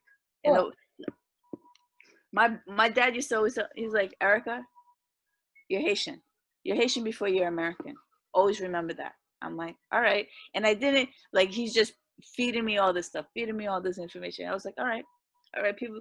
Oh, when people was getting on Haitians, I was like, they're like, oh, you're from Trinidad, you're from Jim. Like, I was like, I'm Haitian. They're like, what? But you're here. I'm like, okay, but I'm Haitian. That's what I am. I'm Pierre. Like, I'm Haitian. They're like, I'll be honest with you. Just recently, the other day, I was in somewhere. I won't say where because I'm doing business with them. But I was somewhere, and everybody was so it was a bunch of women around, and everybody knew that I was Trini because they knew me from online. So they were like, "Oh, you Trini? You know, we thought you were Nigerian." Da, da, da. We talking. So everyone says so. So there's one lady who was pointing out everyone's ethnicity. She's like, "Oh, this lady's Guyanese. This one is Trinidadian. This one is Jamaican. This one is this. This one is this." So then they asked my girlfriend, "Where is she from?" And my girlfriend said, "Haiti." And they went.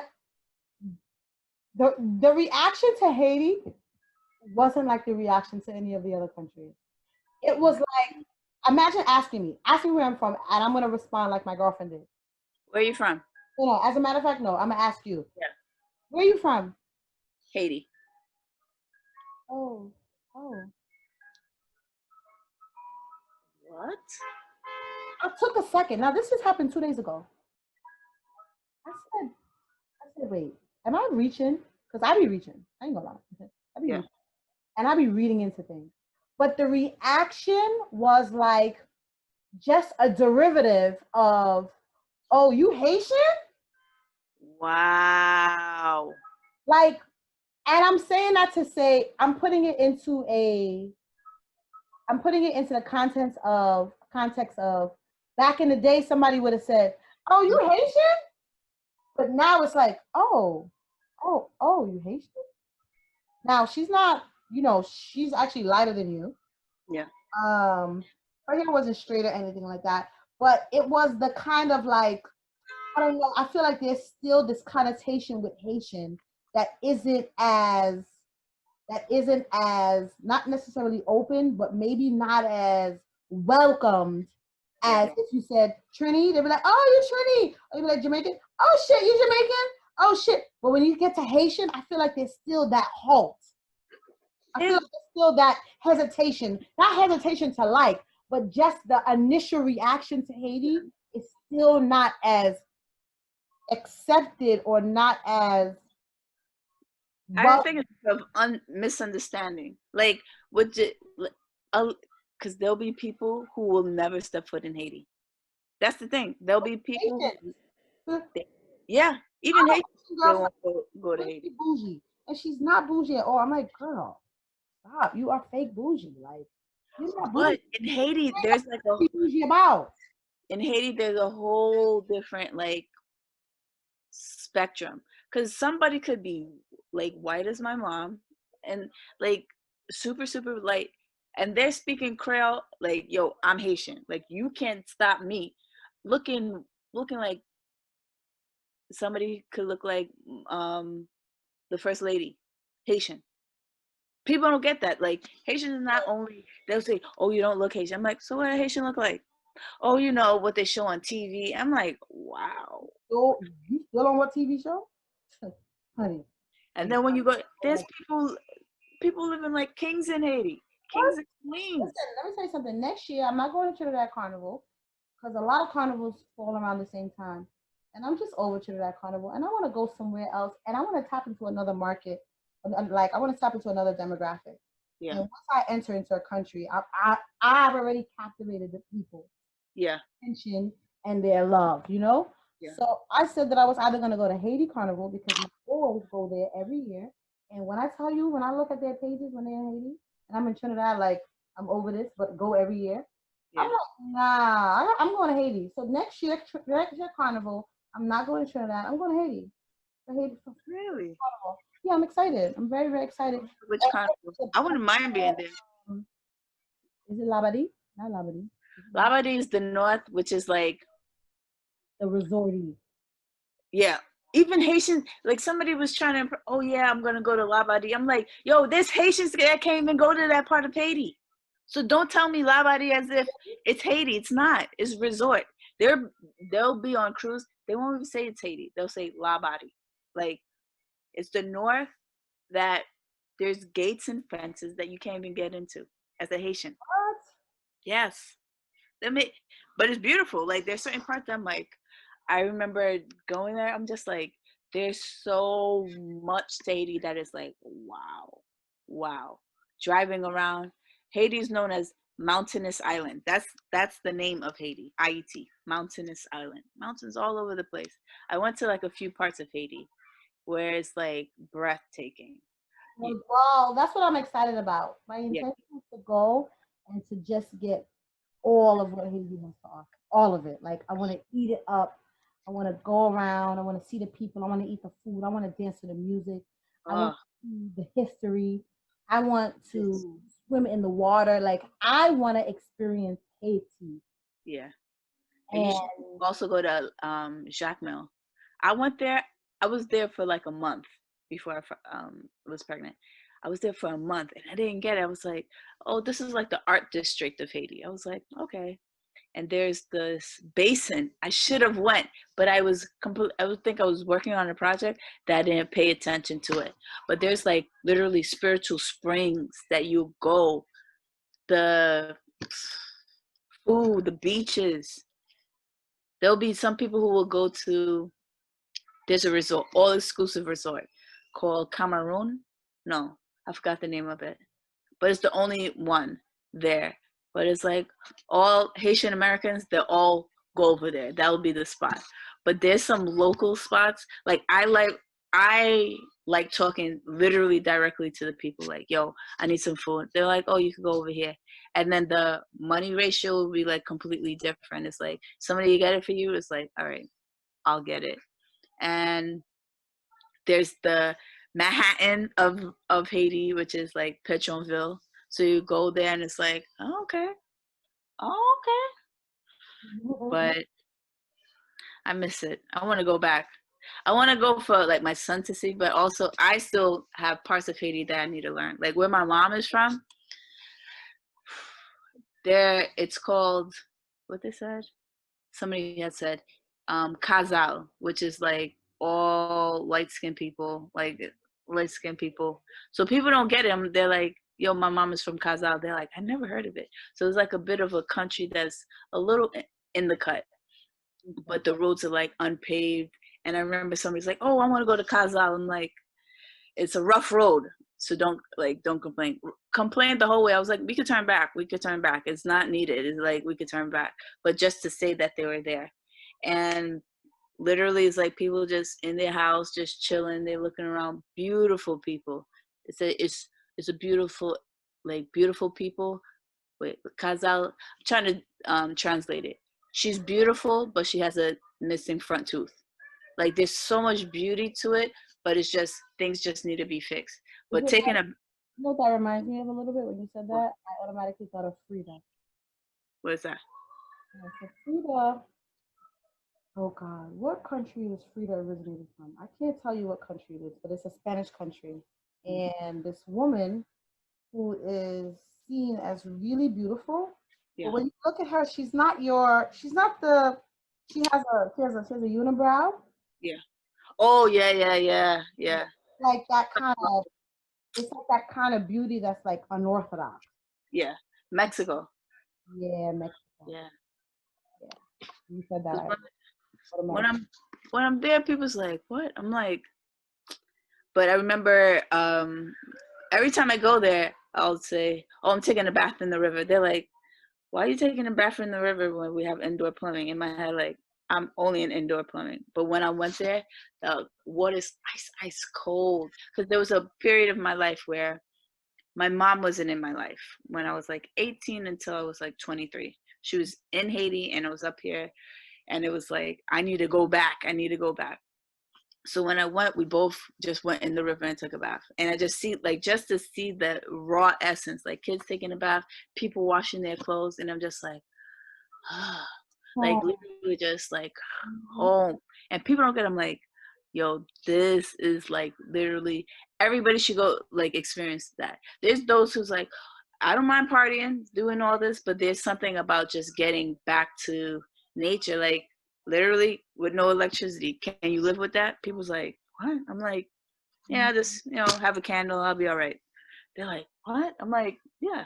But there's some people who really want that. They're like, yo, I wanna go to Haiti when you go to Haiti, Eric. I'm like, I'm not a tour guide, but if I could get a car, that's it. A car, some money, and a place to stay, get some food, we'll have a party wherever we go. I feel you. I feel you. Yeah, I'm excited. I'm excited. I can't wait. I'm gonna tap into some people before the year is up. Yeah. Ask them if they're going. Hopefully, my boys are still going as they have done in the past. And In if not, February? yeah, if not, I'm an explorer. Like I don't. I've been to so many countries by myself. When I say so many countries, I've been to over 20 countries by myself. I don't need to go anywhere with anybody, and I don't need to speak the language either. I got body language, honey. Yeah. And I speak a little bit of French. I speak Spanish. So when I was in Italy by myself, Italian and Spanish is very similar. So I didn't need any translation. I didn't need any translator because cuando yo necesito comunicado en la otra lengua, especial italiano, yo puedo. So, so Italy was wonderful. Where else did I go? Um, Went to Cuba, used my Spanglish, which was Oh, I'm gonna go there. I need to learn Spanish. Spanish is great. I only learned Spanish because I had a teacher who was a baddie. And she used to wear all white. And I used to be like, damn, you gotta learn Spanish to be bad? Hey. And I was like, okay, I'm learning. Because I'm gonna be a baddie one day. And that was that. I Literally. think the Spanish teacher I had even though she was teaching, I had the opposite spectrum. It was like she only catered to the Spanish kids, Mm, and as if she's from Puerto Rico in my head, like, but she's not catering to black, even though you're black. And mm. it's like, Now, really? that teacher was on Oh, me. Yetta Roche? Oh my God. I need to find her. You know what? I'm going to hit up my old social studies teacher that I kind of got a crush on and ask him to find her for me. Like, when I tell you, I sang La Isla Bonita at the graduation. And she was my vocal coach. And honey, when I tell you Senora Roche loved me, oh my God. Nah, that is my task for the week. I gotta find Senora Roche. She was everything. I ain't gonna lie. She probably old now. She was kind of old. Not old, but yeah, when I think about like the wrinkles on her face and stuff like that, she was definitely like in her 40s. yeah. Her 40s then. And that was only 2 years ago. And she's like 42. I'm young. Yeah. Oh God, I'm so But sorry. Haiti would definitely embrace you so much. They'd be like, "That from sa." And some people have said like Haiti is mimics like Africa and like animals walking down the street and all this like ghettos and slums but there's beautiful areas there. It's like, wow, this is breathtaking. Listen, countries where the people look like me, they overlove me. Which is Yeah, why in Trinidad I get so much heckle and hackle because there's so many people that don't look like me. So I have to deal with that kind of like Trinidadian bullshit. yeah. But countries where the people look like me, oh my God, when I tell you they love me, like they can't get enough. They can't get enough. Which is why I love Nigeria, which is why Yeah. I know Haiti's gonna love me. Yeah, definitely. And then there'll be people who's like, oh, and that's the thing. People's like, yo, I want to go to Haiti. With me, I just need to get my money to the area where I'm like, yeah, oh, I'm going to Haiti this weekend. Because I'll go to Haiti for, I don't do like a week. I can't do a week. I'll always do like, in the past, I've done like a month and a half, a month. Because it's like, there's so much territory to like get and establish. But the history I still feel like I need to learn more. Like the first being the fort, like the palace, the fortress that they have in the north. That's what it is. There's a fortress literally where the last battle where Haitians was like kicking colonizers' ass out of Haiti, like fuck out of here. Here you go. Just to see literally the huge fortress of people getting up and down, and literally the like history right there, where it's like, wow. So it's like a whole different like pride and stuff to be like, yeah, Mm-hmm. you can't really tell me anything, but Yeah. just to see, yeah, don't drink the water, but everything else, food, like the food, I can't. Ooh. And they look like they make like I like food with a lot of sauce on it. yeah, I like sauce. I like yeah, sauce. Like, I don't yeah. like dry food. Like to me, Jamaican food is dry food. I can't do without Jamaican Oh food. yeah, with a lot of Yeah, but like, food with sauce on it, it just look like it's a saucy place. mm-hmm. And the spices, the pickles, Mm-hmm. just the, man, and because everything there, like, especially with a like lack of refrigeration for some like out of the countryside, everything is made fresh. It has no choice. It's like, okay, I'm gonna get this here, go into the markets and just be. But I'm just mad that there's some areas that like burnt down. I think the iron market had burned down, which is like a As a uh, result of what? in Haiti, there's like a like a kind of flea market style, but how there's like Caton Market where, How but did it I think somebody burned it down. It was like an arsonist, somebody who burned it down, and people's like the way they pay for their kids to go to school and things like that, because there's no real like food. They can't go, oh, I'm gonna get food stamp. It's like literally you have to start from scratch, and a lot of them are some people they get most of their support from the what do we call this? The diaspora outside of Haiti. People's like, yeah, I want to go. I want to, and in my head, like, I'm just trying to find a way how I could live in Haiti. Like when I was younger, my dad actually was trying to plan to make route for us to live in Haiti, but it didn't work out. And I'm just like, oh, great. I was supposed to be like a little Haitian girl, just yeah, I live in Haiti. But there, I thought about having like my child there, and I was advised not to. Like, just make your child American, please. I'm like, all right, Yeah, because just to have to go through the whole paperwork and all that process. yeah. But him, like the food there, Yeah, I'm excited. I can't wait. I there's can't. certain I wonder which hotels are up there. But I like the hotel feel, but I kind of like the Airbnb feel over there. Just going in a house where I'm like, all right, I'm good. Just laying down, feel like chilling at home. See, for I me, love my family, but I wouldn't be staying with them. travel, I, because I usually go to places I've never been before. I like to stay in hotels because I get Yeah, to meet yeah, people. I usually meet people who are like real life tourists. Like I can be a fake tourist. yeah. I can go somewhere, find out where the clubs are, find out what the best restaurants are, go and enjoy life. And then, of course, always I'm gonna always go to the market. If there's if there's like a day tour, I'll probably do one tour, but I'm not really that girl. However, when I go to hotels and I meet people that are real tourists, I usually end up tapping into what they got going on, and I end up doing more on a trip than I would ordinarily on my own. So that's Mm, why I like to tap into the hotels because yeah, I don't want to just do the do. I want to do all of it. yeah. And I don't have enough motivation to do it for myself. because it depends on. I've been to when I was in Haiti. There's always classism there Yeah. for some. So some of the like there's a Marriott there. There was a Best Western at one time, which was like one of but the type of people who was there were more business, like they were building up in Haiti. I went to one after work thing there and just observing because I went to the bar and I was just paying attention. I was like, okay.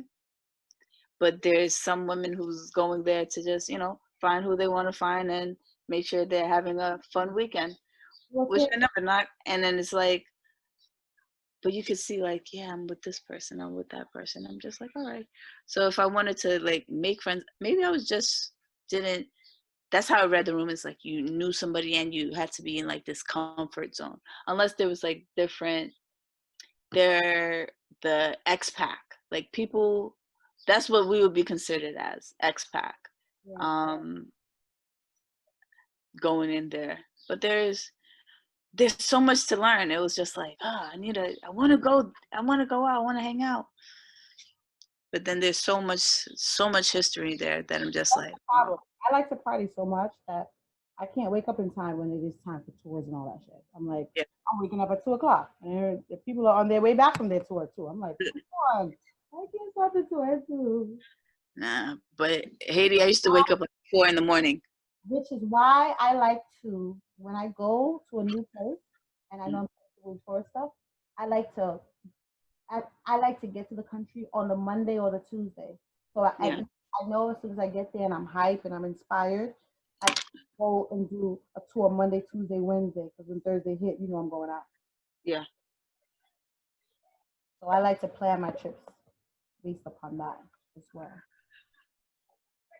But um, That should be it. That should be an amazing trip. And the kids there, the hopefully for some Haitians they're like, yo, I'm going when everything calms down. And I'm just like, okay, it's never gonna calm down. But I've been there where there was like a protest. what? No, sometimes the reason why like when Haitians protest in Haiti and breaking shit down, that's something Haitians do. Like on the real. I remember I went there where there was people wanted to protest the president, and I was just like, okay. And I forgot who was there. I'm trying to think of this. There was she. I'm trying to think of her name. She was in my hotel too, so we went on the roof to just observe everything. And I noticed people was trying to push me away to make it seem like she herself was by herself watching this protest. I'm like, yo, listen, I'm not a Haitian that you just gonna shush me away. I don't like I speak English too. Don't do that shit to me. Excuse me is the word. I don't care who it is. It could be President Obama himself. Excuse me, sir. I was standing here. Period. So there'll be people who do that there too. It's like people. I think at an airport something happened where if you're different, if you're literally from a different place, they'll treat you with way more respect. And it's like, yo, you treat these people like crap where we're from. Don't get it twisted because then, cut that out. Like, get in the back of the line like everybody else. But with her, we went there and they threw tear gas. And I was just like, my whole eye was just like scorching red, like, oh my God, oh my God. But thousands of people just going down. I think they broke like a taxi place, and then the person I was with, they was like, "Oh, you want to go to the restaurant afterwards?" I was like, "But they're protesting." They're like, "Oh, that shit is done." I was like, "Wait, what?" They're like, "It's not that big. You think like people do it? We're not in the way." We went to the bar and just got a drink. I was just like, "Oh." I was just because I didn't understand what it was, but think the tires burning. I was just like, oh, after a while, I kind of got used to it. Like, oh, this is what we do down here. But that's how they get stuff done. It's like if they want the prime minister out, which they have done a few times, they will. All right, we're gonna mess. And I remember when I saw when they, I think they raised the price of gas by 200% the whole country flipped. Like, nah. They burned down. Looking at the news, I was like, oh shit. The hotel I was, they burned down all the cars that was in the parking lot. They burned down I was just like, what? They're like, yo, you gotta think about it. The commoner, the person that's working to get like $3 a day, they're not gonna afford that. So they're gonna burn it down. Like, okay, are you gonna get my attention yet? Are you gonna tell him to step down? Are you gonna tell your partner to step down? My Instagram, it's this girl. Her name is Kimberly something Jones, Mm-hmm. and she said they better be happy. We want unity and Oh not yeah. revenge. Mm-hmm. I mean equality and not revenge. When she broke it down, and she broke it down. Listen, let me see if I Yeah. watched that video like 10 times. I It's watched true it though. 10 times. Don't play with me. Don't play with me. Don't play with me. Because that's what it's getting down to. It's gonna be like, but you know we was work like, because there's a lot of people who have that on reserve because they're waiting for revenge. They're waiting for the point for revenge to happen. Talking about don't burn down our community. We don't have no community. Clearly. We don't have a community. We had communities. We had Black Wall Street. Okay, Black Wall Street. Yep. we had all these places. We don't have a community anymore. So don't tell me about don't break. So don't tell me about don't burn down my community. I don't have a community. I live in their land. Yeah. Okay? Always. So don't tell me about burning down my supermarket. You don't own that supermarket. Anybody? Who's the owner of the supermarket? Doesn't look like me. Not because it's in my neighborhood mean it's mine. Don't get it messed up. They'll be quick to say go back home. Same homegirl who I'm sorry, but she's a coon. I had to let her know the other day. I said, baby girl, you're a coon. No, I'm not a coon. I said, you know, you're right. You're coonish. She's gonna say, oh, see, this is what I'm talking about. When you burn down the when you burn down the grocery store, this lady went to the grocery store today. She went to the fourth grocery store with no groceries. I said, and if there was a concert in the next city, she would find her way to the next city. So go to the next city. Yeah. Don't tell me you get no empathy from me because there ain't no groceries in the neighborhood in the supermarket that was burned down the street from your house. That don't do nothing for me. Nope. And in some of our neighborhoods, is not even the best groceries they're selling to you. Hello. Okay. So don't. She was like, this is what I mean, Simba. Come look at this. I said, no, you ain't gotta show me that. I said, my empathy doesn't change with the deliverer. Okay? Not because it's a sister delivering it to me means that now I feel empathetic. No. I understand that there's a cause and a purpose and a reason. So it's not going to change. If my mother came and says it will not change. I'm focused on the mission, not the journey. Period. People like, you're different. Yes, I am different. And guess what? I don't switch because today's a beautiful Tuesday. On the gloomy Thursday, you're going to get the same answer as the sunny Saturday. That's just how I am. Because some people don't, and that's the thing. They're like, oh, you're burning this down. Okay. Yeah, it's just property. But clearly you're getting a better effect when you do that shit. Because when, oh yeah, kumbaya. Hello, they're not hearing. Hello, you're not hearing. Let me throw this rock at your window. Oh, you see me now? Oh, okay. Okay. They're like, oh, how you gonna burn down the Target? You think I give a about Target? Are you dumb? How are they high ass prices anyway? For real. Give a shit about Target. The Target by me, I didn't go. I haven't gone out in a couple of days, and then I went. I noticed it was all boarded up. I was like, okay. Then I looked behind. They put you know how they, like, you go into a factory, they put that forklift, and they have like all the water packages. They filled up all of them behind the windows. I was like, oh, they're gonna find a way of. They'll be all right. Yeah. And everybody that's looting is gonna need the products anyway. We're gonna find it in the street. We'll be all right. I ain't got no sympathy for all those kind of stuff. I'm focused on the mission, and the mission is for us to receive equality that we deserve. We're not even asking for the we're not asking for the reparation. We're Hmm. asking for equality. Yeah. Come on, please, please. Make it a better, even the thing, I think, once it gets to even playing field, they know we're going to surpass. Absolutely. And That's not the thing. They want to hold on to that because without their what's that called? that The white privilege. Without that, who are you? Without your, like, who are you? Like, some people could be a freaking amazing, but who are you without that? So let's both be on the same level playing field and see who fair game. nah, they don't want fear. Nope, they wanna suck on the tits of their ancestors Ooh, still. absolutely. But we ain't having it no more. Nope. Not knowing where I think I had a conversation of black women. We're we're the ones pretty much taking care of the world since we from the beginning. Oh, From the beginning. oh, oh, oh. For us to say something, no, don't, like, yeah, let me say something. Let me Like, say something. ah, Even more scarier than a racist white man is a racist white woman. they're the most dangerous in the world. I tell that to people all the time. They're like, what are you talking about? I'm like, Talk slow. I grew up around these women. yeah, Women are dangerous. Because let me tell you something.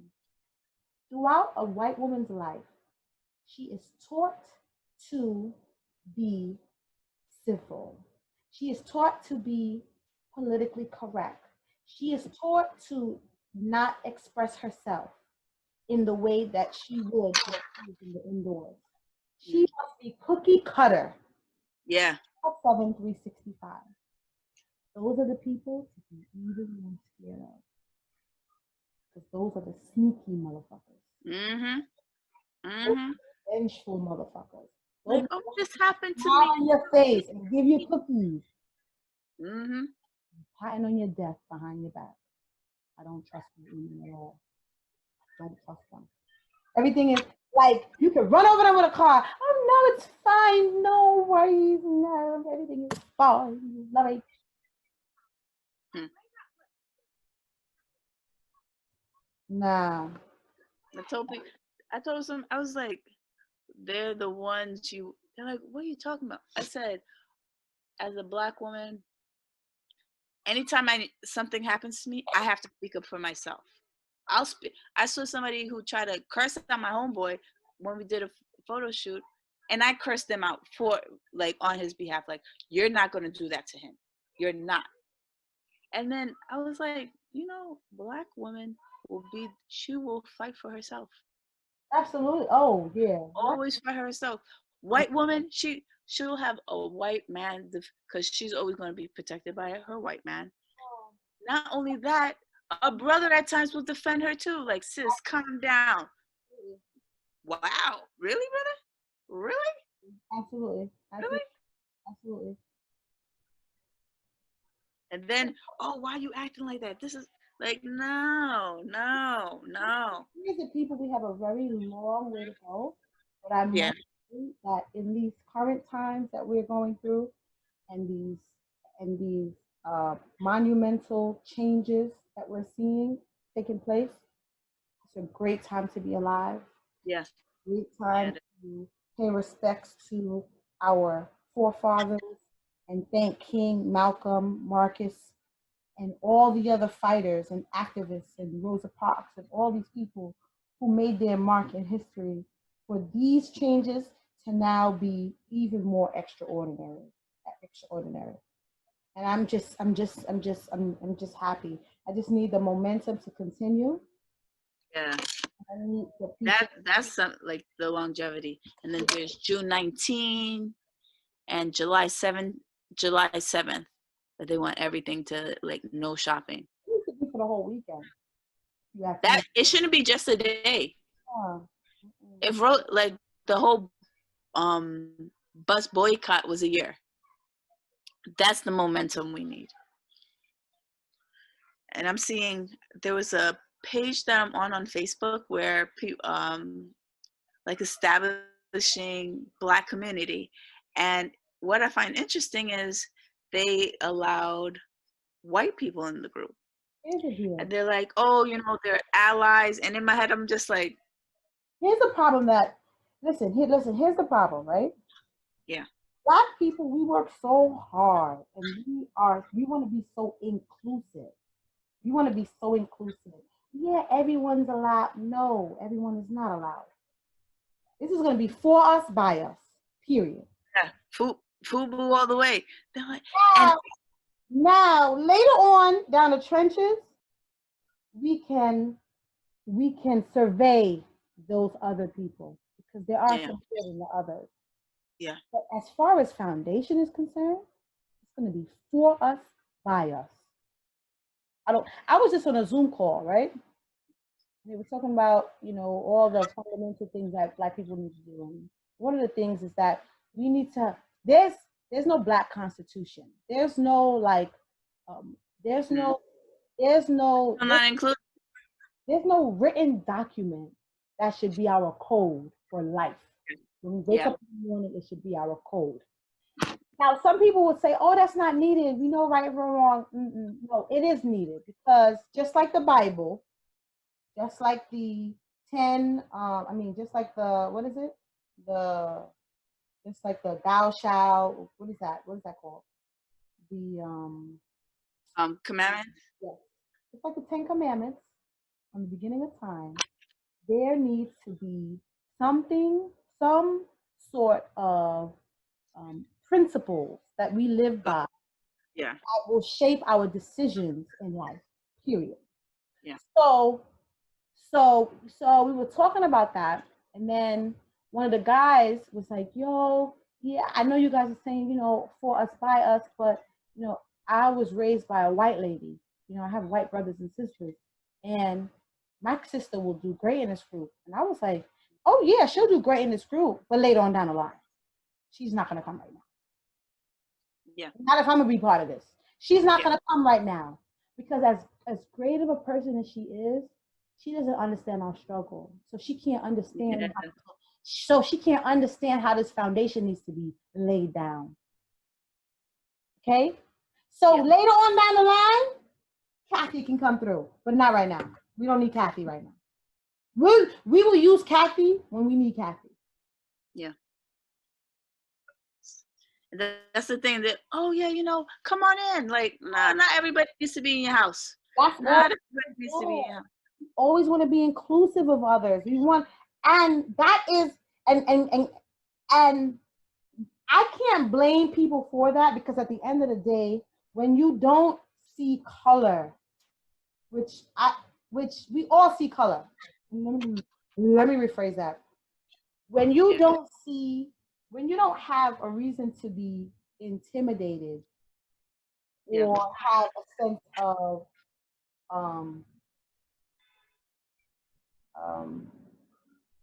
just a high level of humanity to understand that we are all one. We're really all one. We're just different colors. Yeah. You can easily forget and want to make other people join forces. Yeah. But they have to be on the same mental mindset as you.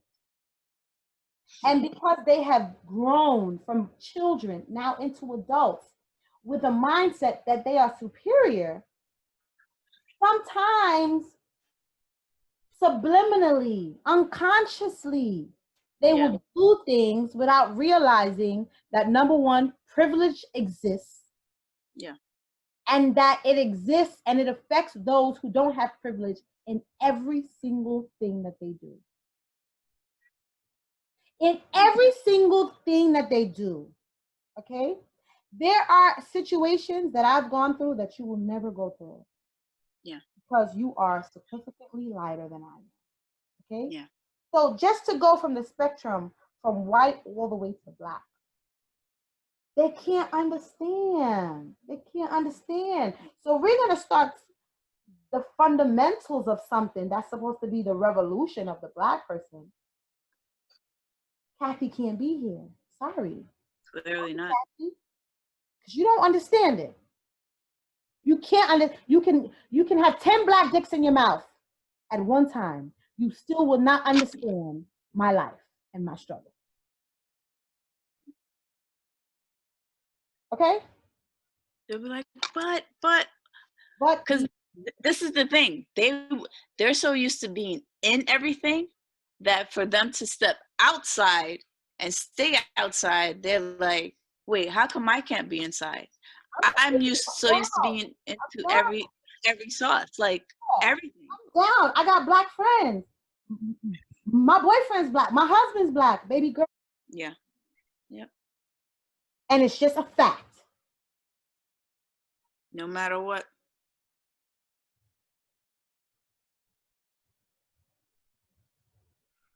Like, oh yeah, I do understand privilege because I have felt the privilege, but it's a different kind of privilege. I get the beauty privilege. When I'm all the way together, honey, the way doors open and things fling open, guess what? Everybody don't look like me. So equality is why we need. So equality is what we need because everybody don't have the juice card. Everybody don't have the Naomi Campbell. Everybody don't have everybody didn't go to Ivy League schools. Everybody don't have the network. Everybody is not part of a sorority or fraternity. But everybody have that resource. But everybody's human. So act like it. Everybody's human. Everybody. Yeah. And that's even the person that doesn't have a home right now, they still could. That's the thing with some people. Once you, like, if you could standing before somebody with privilege and act like their privilege means shit, they'd be like, they don't even know how to take it. That's the thing when you say, oh, you can't come in. Like, why not? Like, well, it's a family thing. Why not? You didn't hear? No.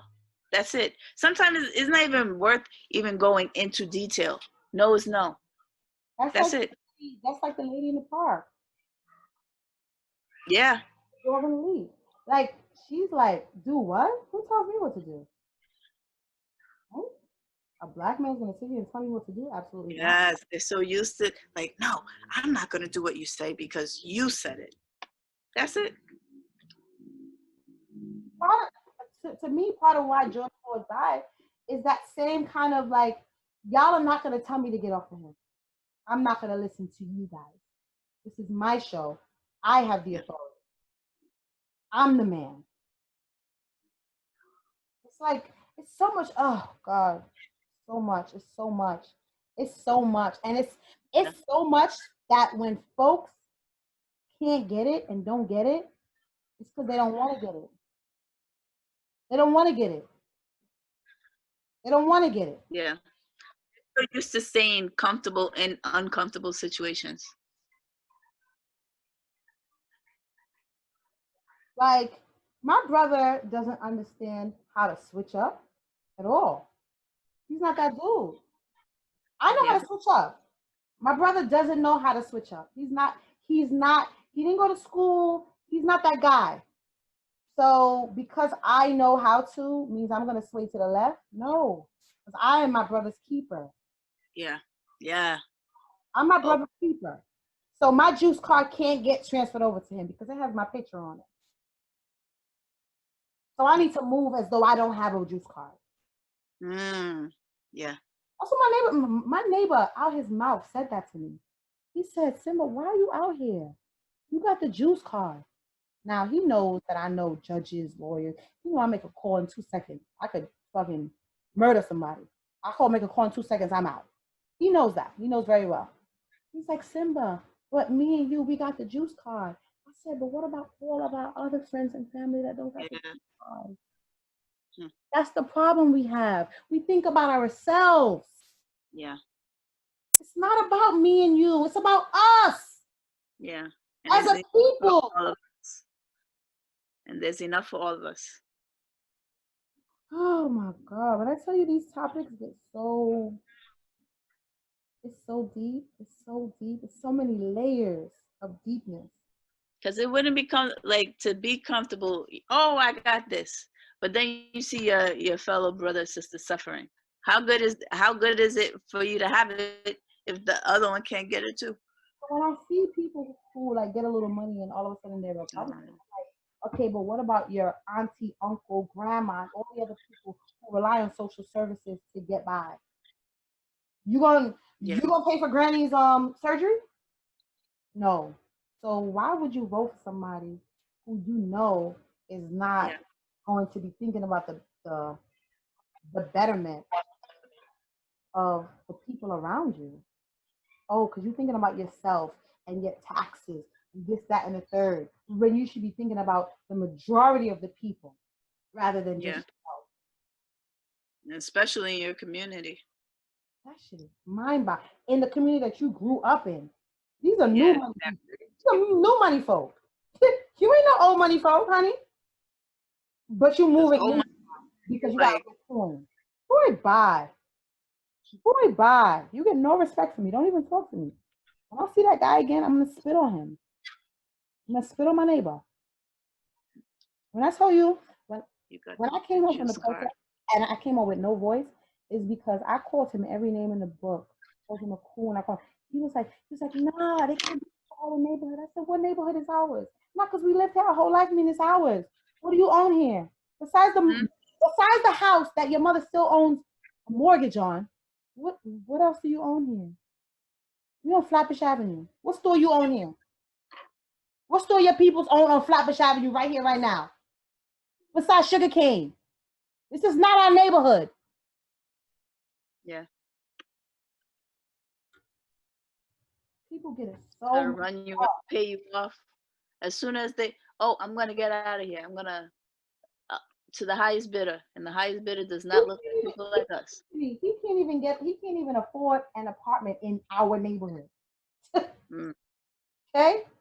Because gentrification happened and we've been priced out. So what neighborhood are you talking about? Not because you live here mean it's your neighborhood, sweetheart. Yeah, Don't do that. Don't because do he's that. hiding underneath the umbrella of the neighborhood. Like, well, I live here now. Oh, everything is, yeah. Once you step foot out, you can't. They'll make sure you don't get back in. What? Huh. Listen to me. People are like, why you don't sell your apartment? Sell my what? I'm keeping this right here. I will be that mark in between Yeah, everybody. Absolutely. and people don't even get that. They're like, oh, this person is willing to pay, and you know why? Because they're gonna go for double, triple the amount that I am in right now. What sense does that make? So you won't even afford to be here anymore. It'll be I used to, and you still have nothing.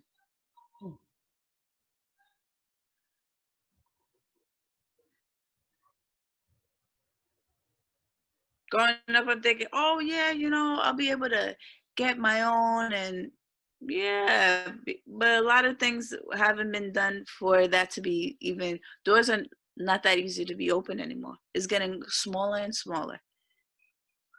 People who are coming back, they're That's why, coming back. that's why June 23rd is important for us to vote Yeah. brown. Figure out who your brown person is. Because in the last post that I did on Instagram was a post about a retired detective from Philadelphia who speaks out on social injustices in the police system. And he's like, part of the reason why white people can do what they want to do is because they vote. So they have the councilman's number. Yeah. If they go and something happens, they get arrested for going through a stop sign, they can make a call. We have nobody to call because we have nobody, we haven't voted for anybody. Yeah. They haven't seen the If we faces need something, voting. if we need funding, if we need this, we have nobody to call because we didn't vote nobody in. Accountability is the name. And voting is the game. I gotta see. I gotta see who's on my ballot. I'll probably, while at work, I'll see who's on the ballot. Because another thing that people don't do is literally go to these people's offices. Oh, when I get called on Thursday, I'm going to visit Jabari. Well, I already sent Jabari a message, which is why I'm already ready to dismiss him because I haven't gotten a response. Now I have his people hitting me up for money, but don't ask me for my money if I don't know what the hell's going on. And if I'm hitting you up, I need a response. I don't care how small I am to you in the scope of the people that you want to prioritize. I can sway a whole lot of people, sweetheart. So guess what? You might be busy. You're campaigning. You're coming down to the end. I understand. I'll come to you. Yeah. So on Thursday, Who's gonna be secretary to? Oh, I'll pass this along. I'll pass this along. Nah, I need the real person, the real deal. Oh, when is she gonna be here? And I'm taping this. When is she gonna be here? Because the people want to know. Take my number. Call me. Have him call me. I don't want you calling me. Have him call me because he's not Diddy. Have him call me. He wants my vote. Have Jabari call me. What's up? Jermaine, where you at? Call me. I want a phone call. What's up? Now let's see who gets me and my people's vote. Yeah. Next week.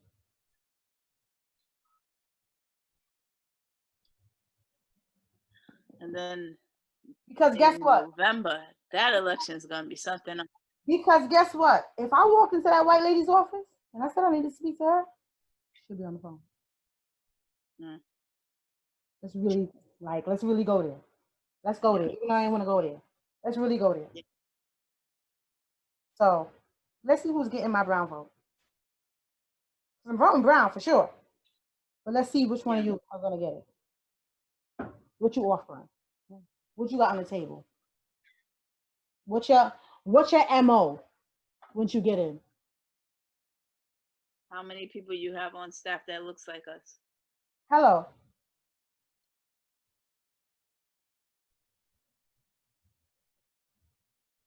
I volunteer one day a week. What's going on? What's happening? Because I need to be in the inner circle.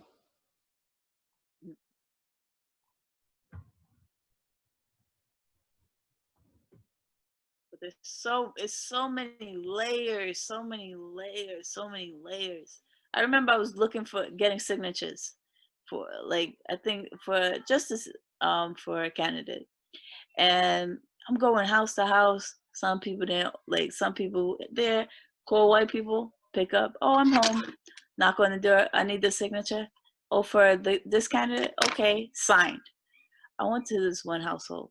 The guy was, older Haitian dude, pretty much trying to show that he's like a owner. I don't know. It was just interesting just to see him break down. Oh no, I'm not. I was like, okay, so what's your name so I can make sure nobody else comes over to disturb you.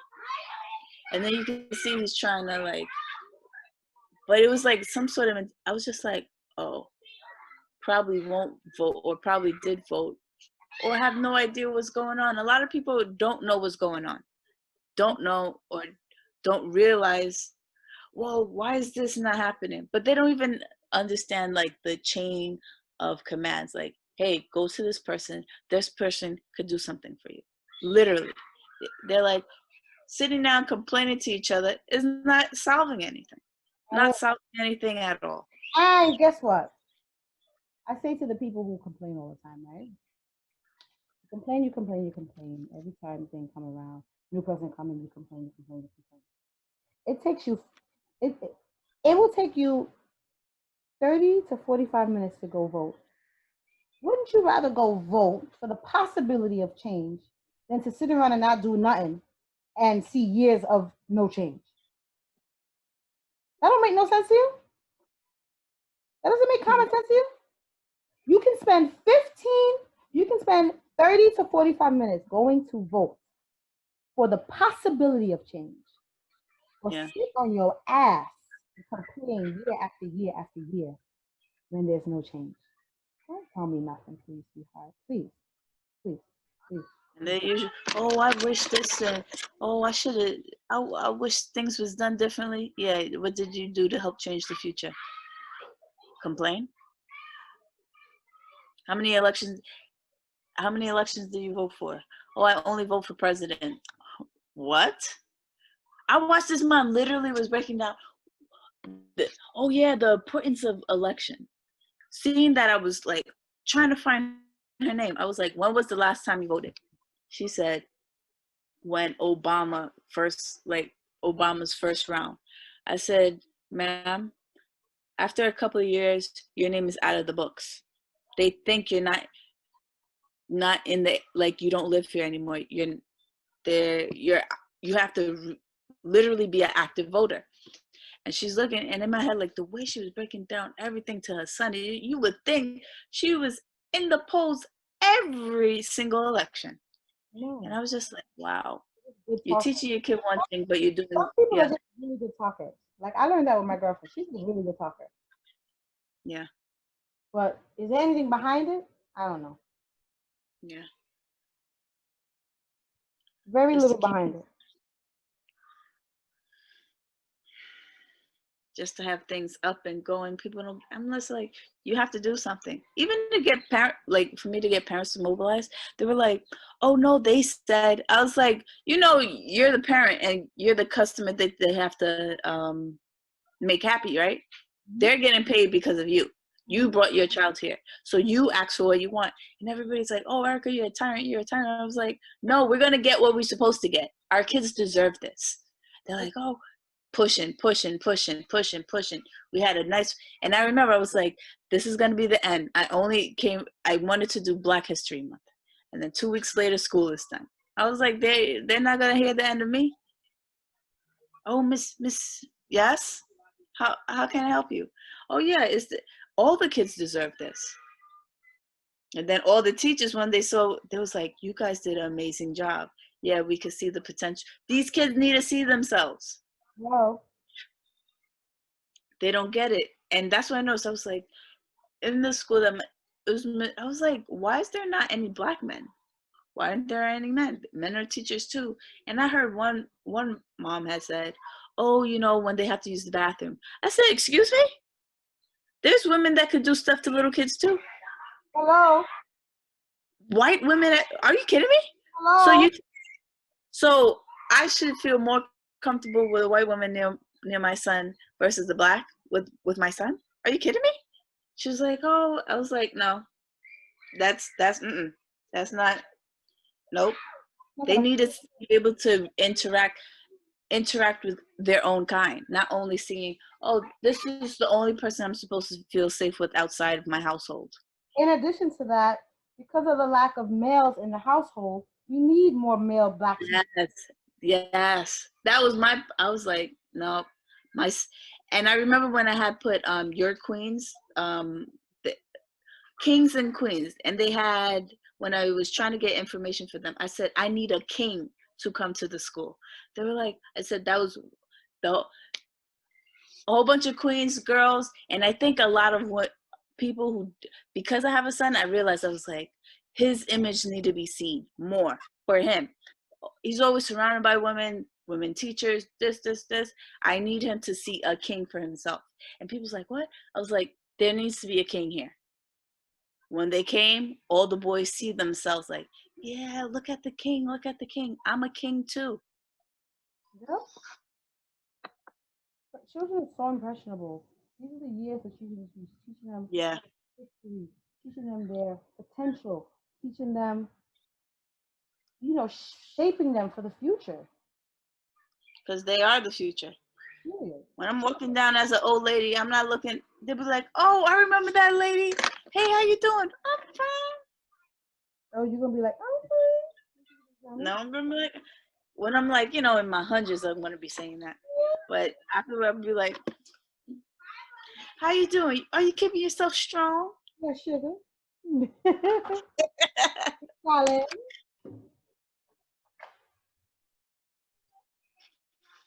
The future has to change, man. There's no choice. I don't, and there's certain things I'm like not able to express to the younger kids, but it's like I want this to change by the time you're my age, like for the betterment of you. Hmm. My son was like, "Why you're protesting?" I was like, "Yeah, for your future, Yeah. Soon enough. I for mean, your future." you you have to verbalize to them before somebody else does. Because Yeah, of course. He you already knows like what he's like, "Oh, protest." I'm like, the interesting thing is when he was talking to me about cops, I didn't say anything. He told me like 2 days ago, I had a dream. I had a bad dream. I was outside by myself and a cop shot me in my back. I was like, "What? Are you kidding me?" He's like, "Yeah, it just happened." Mind you, I don't watch the news. So all I hear, like the news, I'll watch it on my phone and I put headphones because I don't want his little brain to just absorb all that like craziness going on. So he was like, "Oh, there's good cops and bad cops. Bad cops like to shoot people." All this coming out of his young mouth, not saying anything to him, just hearing what he's saying. He was like, at times he's like, "Oh, I want to be a cop when I grow up. A good kind though, not the one that shoot people." I'm like, guess what? You think kids don't have conversations with their friends in school about stuff like this? You think "Yeah, that school you yet? 4 years old. wait, he's not in school yet? He is, but during all this, I never thought about that. Corona, trust me. Yeah, Corona. Plus his plus his cousins. Trust yeah, me. Listen, children talk, you know. They don't just talk about Barbie and Ken. They have real yeah, conversations. Like, did you see the police on the TV? These police are bad. Yeah, yeah. people are hurt. Listen, so even if he's not watching it, he getting He's it getting, from yeah, information. That's why parents have to teach their kids yeah, because the first impression is usually the everlasting one. So you need to make sure that you leave the most impressionable first impression on your kid before somebody else does. mm, Because you just never know who. It could be the yeah, mailman. It could be the neighbor. It could be anybody. It could be them just picking up conversation. You talking to your girlfriend, 15 minutes on the phone. yeah. 15 minutes is a whole serious ballgame. Mimicking. Hmm. Girl, natural hair takes long. Hmm? Natural hair takes long. And Yeah, it's just because we were talking, because I was moving with a pace. It just takes long. especially with twists. So yeah, it does take a while. Arms, getting my arms back cut up again. Yeah, arms hurting, neck, all types of stuff.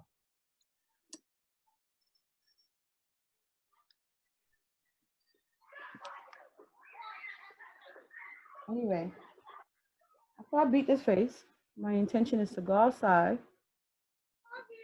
I need some food. I think I'm gonna eat out today because I'm so hungry. I don't have the energy to cook anything. I'm gonna treat myself to something nice. I had some OnlyFans people subscribe yesterday and the day before yesterday, a large amount of people. So From the protests. yeah, that sign girl was a hit. That song was a definite hit. So I'm going to. Oh, I hate when I do this. Oh God. Fuck.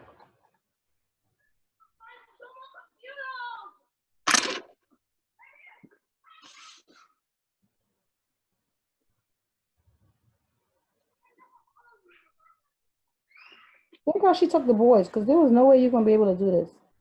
Oh no, I know. I was like, and I didn't even ask her either. She was like, "Oh, I'm gonna take them." I'm like, God sent. Because I'm sure the other days we were supposed to do this, they were there. Yeah. Well, no. Last week my nephew wasn't here. My son would have been like sleeping, or been like okay, or right by my side. Right. He likes to have a lot of attention. But they would have been like, "Hi, Simba."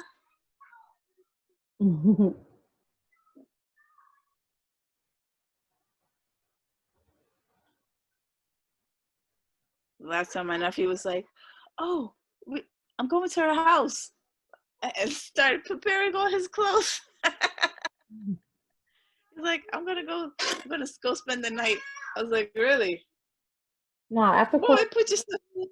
after quarantine, they can come over because I have my nephew. He's downstairs. We'll have a sleepover downstairs.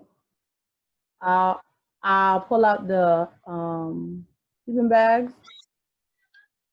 My nephew will be too excited. Oh my god, he's only 2. He thinks he's 14. So he'll be too excited, showing them his toys. He got too many toys. I'm like, I need you to stop buying him toys. Boys and their toys. Tomorrow I'm going to my storage, so I'm gonna be in like cleanup mode. Mm-hmm. Tomorrow when I wake up, I might put the hair in twists in like knots Yeah. so they can get 24 hours of the curl. Yeah. And then on tomorrow's Wednesday. Ooh, so wait, no, tomorrow's Wednesday. I gotta go to the bank with my cousin. So maybe I'm gonna figure this out. So on Thursday to storage. Okay, I gotta figure out my days. But either way, within 48 hours, I'm gonna take these out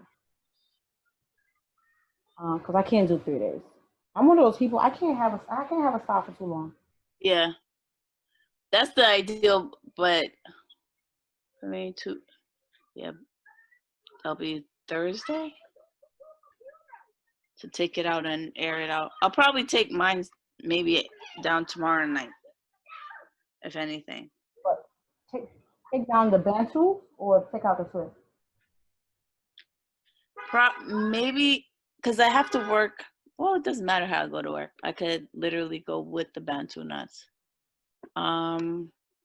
Probably just need to refresh the Bantu nuts. Okay. Because when you take it out, you want it to be like a little curly fro rather than just straight down. It's usually it'll stay down for a little, but I always like try to throw it up. But the curls I just want to be more defined when it's out. So I'll probably pick the root. That's something I've never done is pick the hair out. Hmm? I've always done twists, but I've never picked it out. No, like I'll just like literally go from the root and just open it up. Like where the line is to undefine it, just take the pick or like a literally or the back end of the comb and just fluff it up like this. Yeah, I've never even done that. And I always see girls do it, and I always go, "Oh, I want to do that. I want to do that," and then I end up just taking it out and keeping it moving. Because, like I said, my hair can get very flat. Yeah.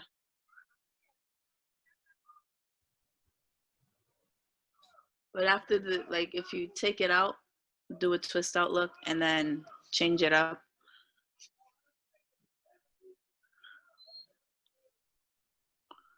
Let's see how this goes. I'm glad I put the oil though. I haven't done. I noticed I'll put like creams, leave-in and creams. I haven't put oil in as much. The oil feels good. Yeah, it does. It feels like silky. Yeah. It feels like it feels moisturized. Yeah. Let's see. And the cream just adds to it. Like I didn't even put the grease yet, but I'm not gonna put the grease now. Yeah. I'm gonna let it rock the way that it is. Tomorrow when I wake up, I will grease in the roots and just like twist the curls in. I mean, twist the twist in a direction that they're going in, so it doesn't come out. Yeah. And then band to it.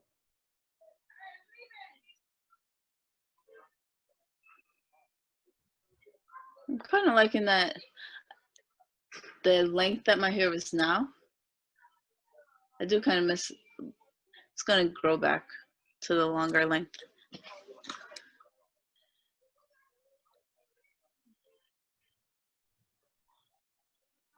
Well, I must say that it was so nice having this Yes.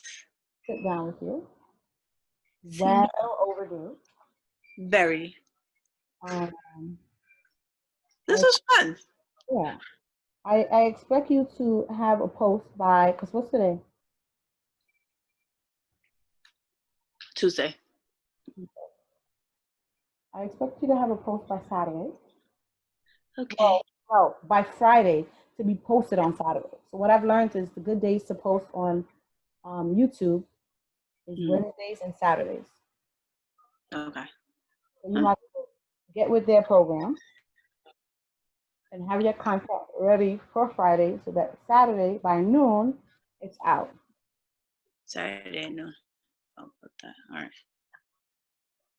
Because what I've learned, there are people that stay home and do nothing. For real. And they look forward to content to keep themselves busy. Yep. So why not be one of those people that tune in, that people tune into?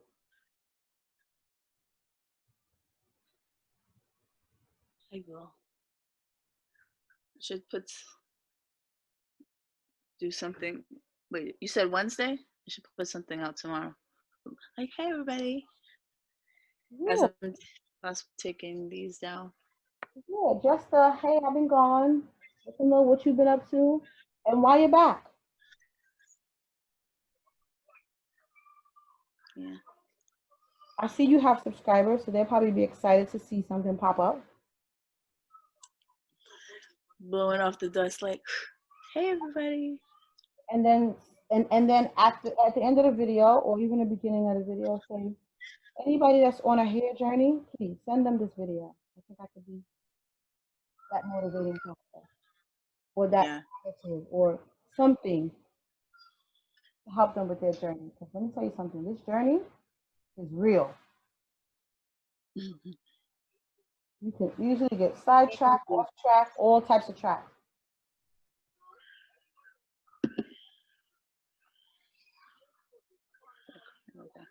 Almost done.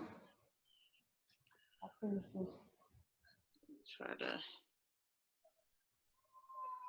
Finish the outside, so I'm gonna lay my little edges down, and I'm gonna be good to go. So again, thank you for joining me today. Oh yes, give us a lot. Let me see. Yes, yes. Get into it. Get into it. And what material is that? It's satin. Satin. Mm-hmm. That's what I need. I need some pretty colored satin scarves. I have scarves, but I've been using the scarves that I buy for around my neck or my hair. So they're mostly silk. That's what I need to find some silk scarves. Yeah, but these silk scarves. Even if you use like regular ones on the outside, once you leave like on the bottom. Yeah, but girl, to have $400. I need to, woo, look, I used my Hermes one the other day by accident. Didn't know. God, I went straight to wash it out, which is the worst thing because you're not supposed to put water. When I say I destroyed that scarf, like it's now my headscarf. It's over. Oh. But it was late at night. I was like, I gotta put my scarf on. I just put my hand in the thing. I put it on. I woke up the next morning. Oh, I wanted to slap myself so hard. But the hair deserves luxury too. Come on. Yeah. Oh no, you are too cute. I'm done with you. I'm done. Places to go. That's what I need. I need to get my life back to be myself again. Going out looking cute. The quarantine is almost over, so in the meantime, prepare so that when it hits, you're ready.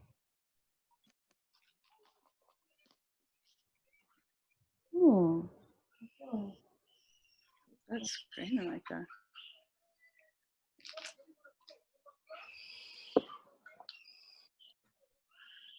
the bathroom, put on a quick lash, and just go.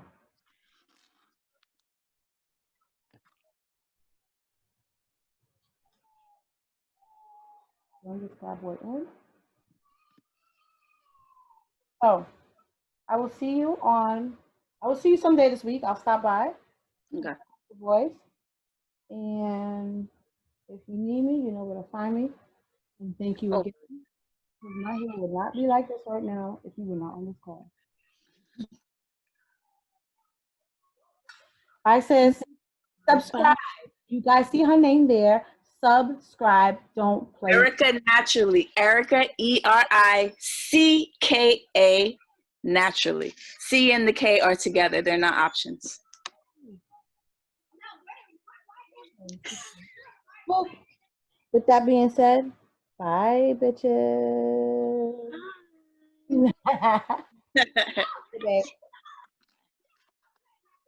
Okay, you know I don't know how to do this.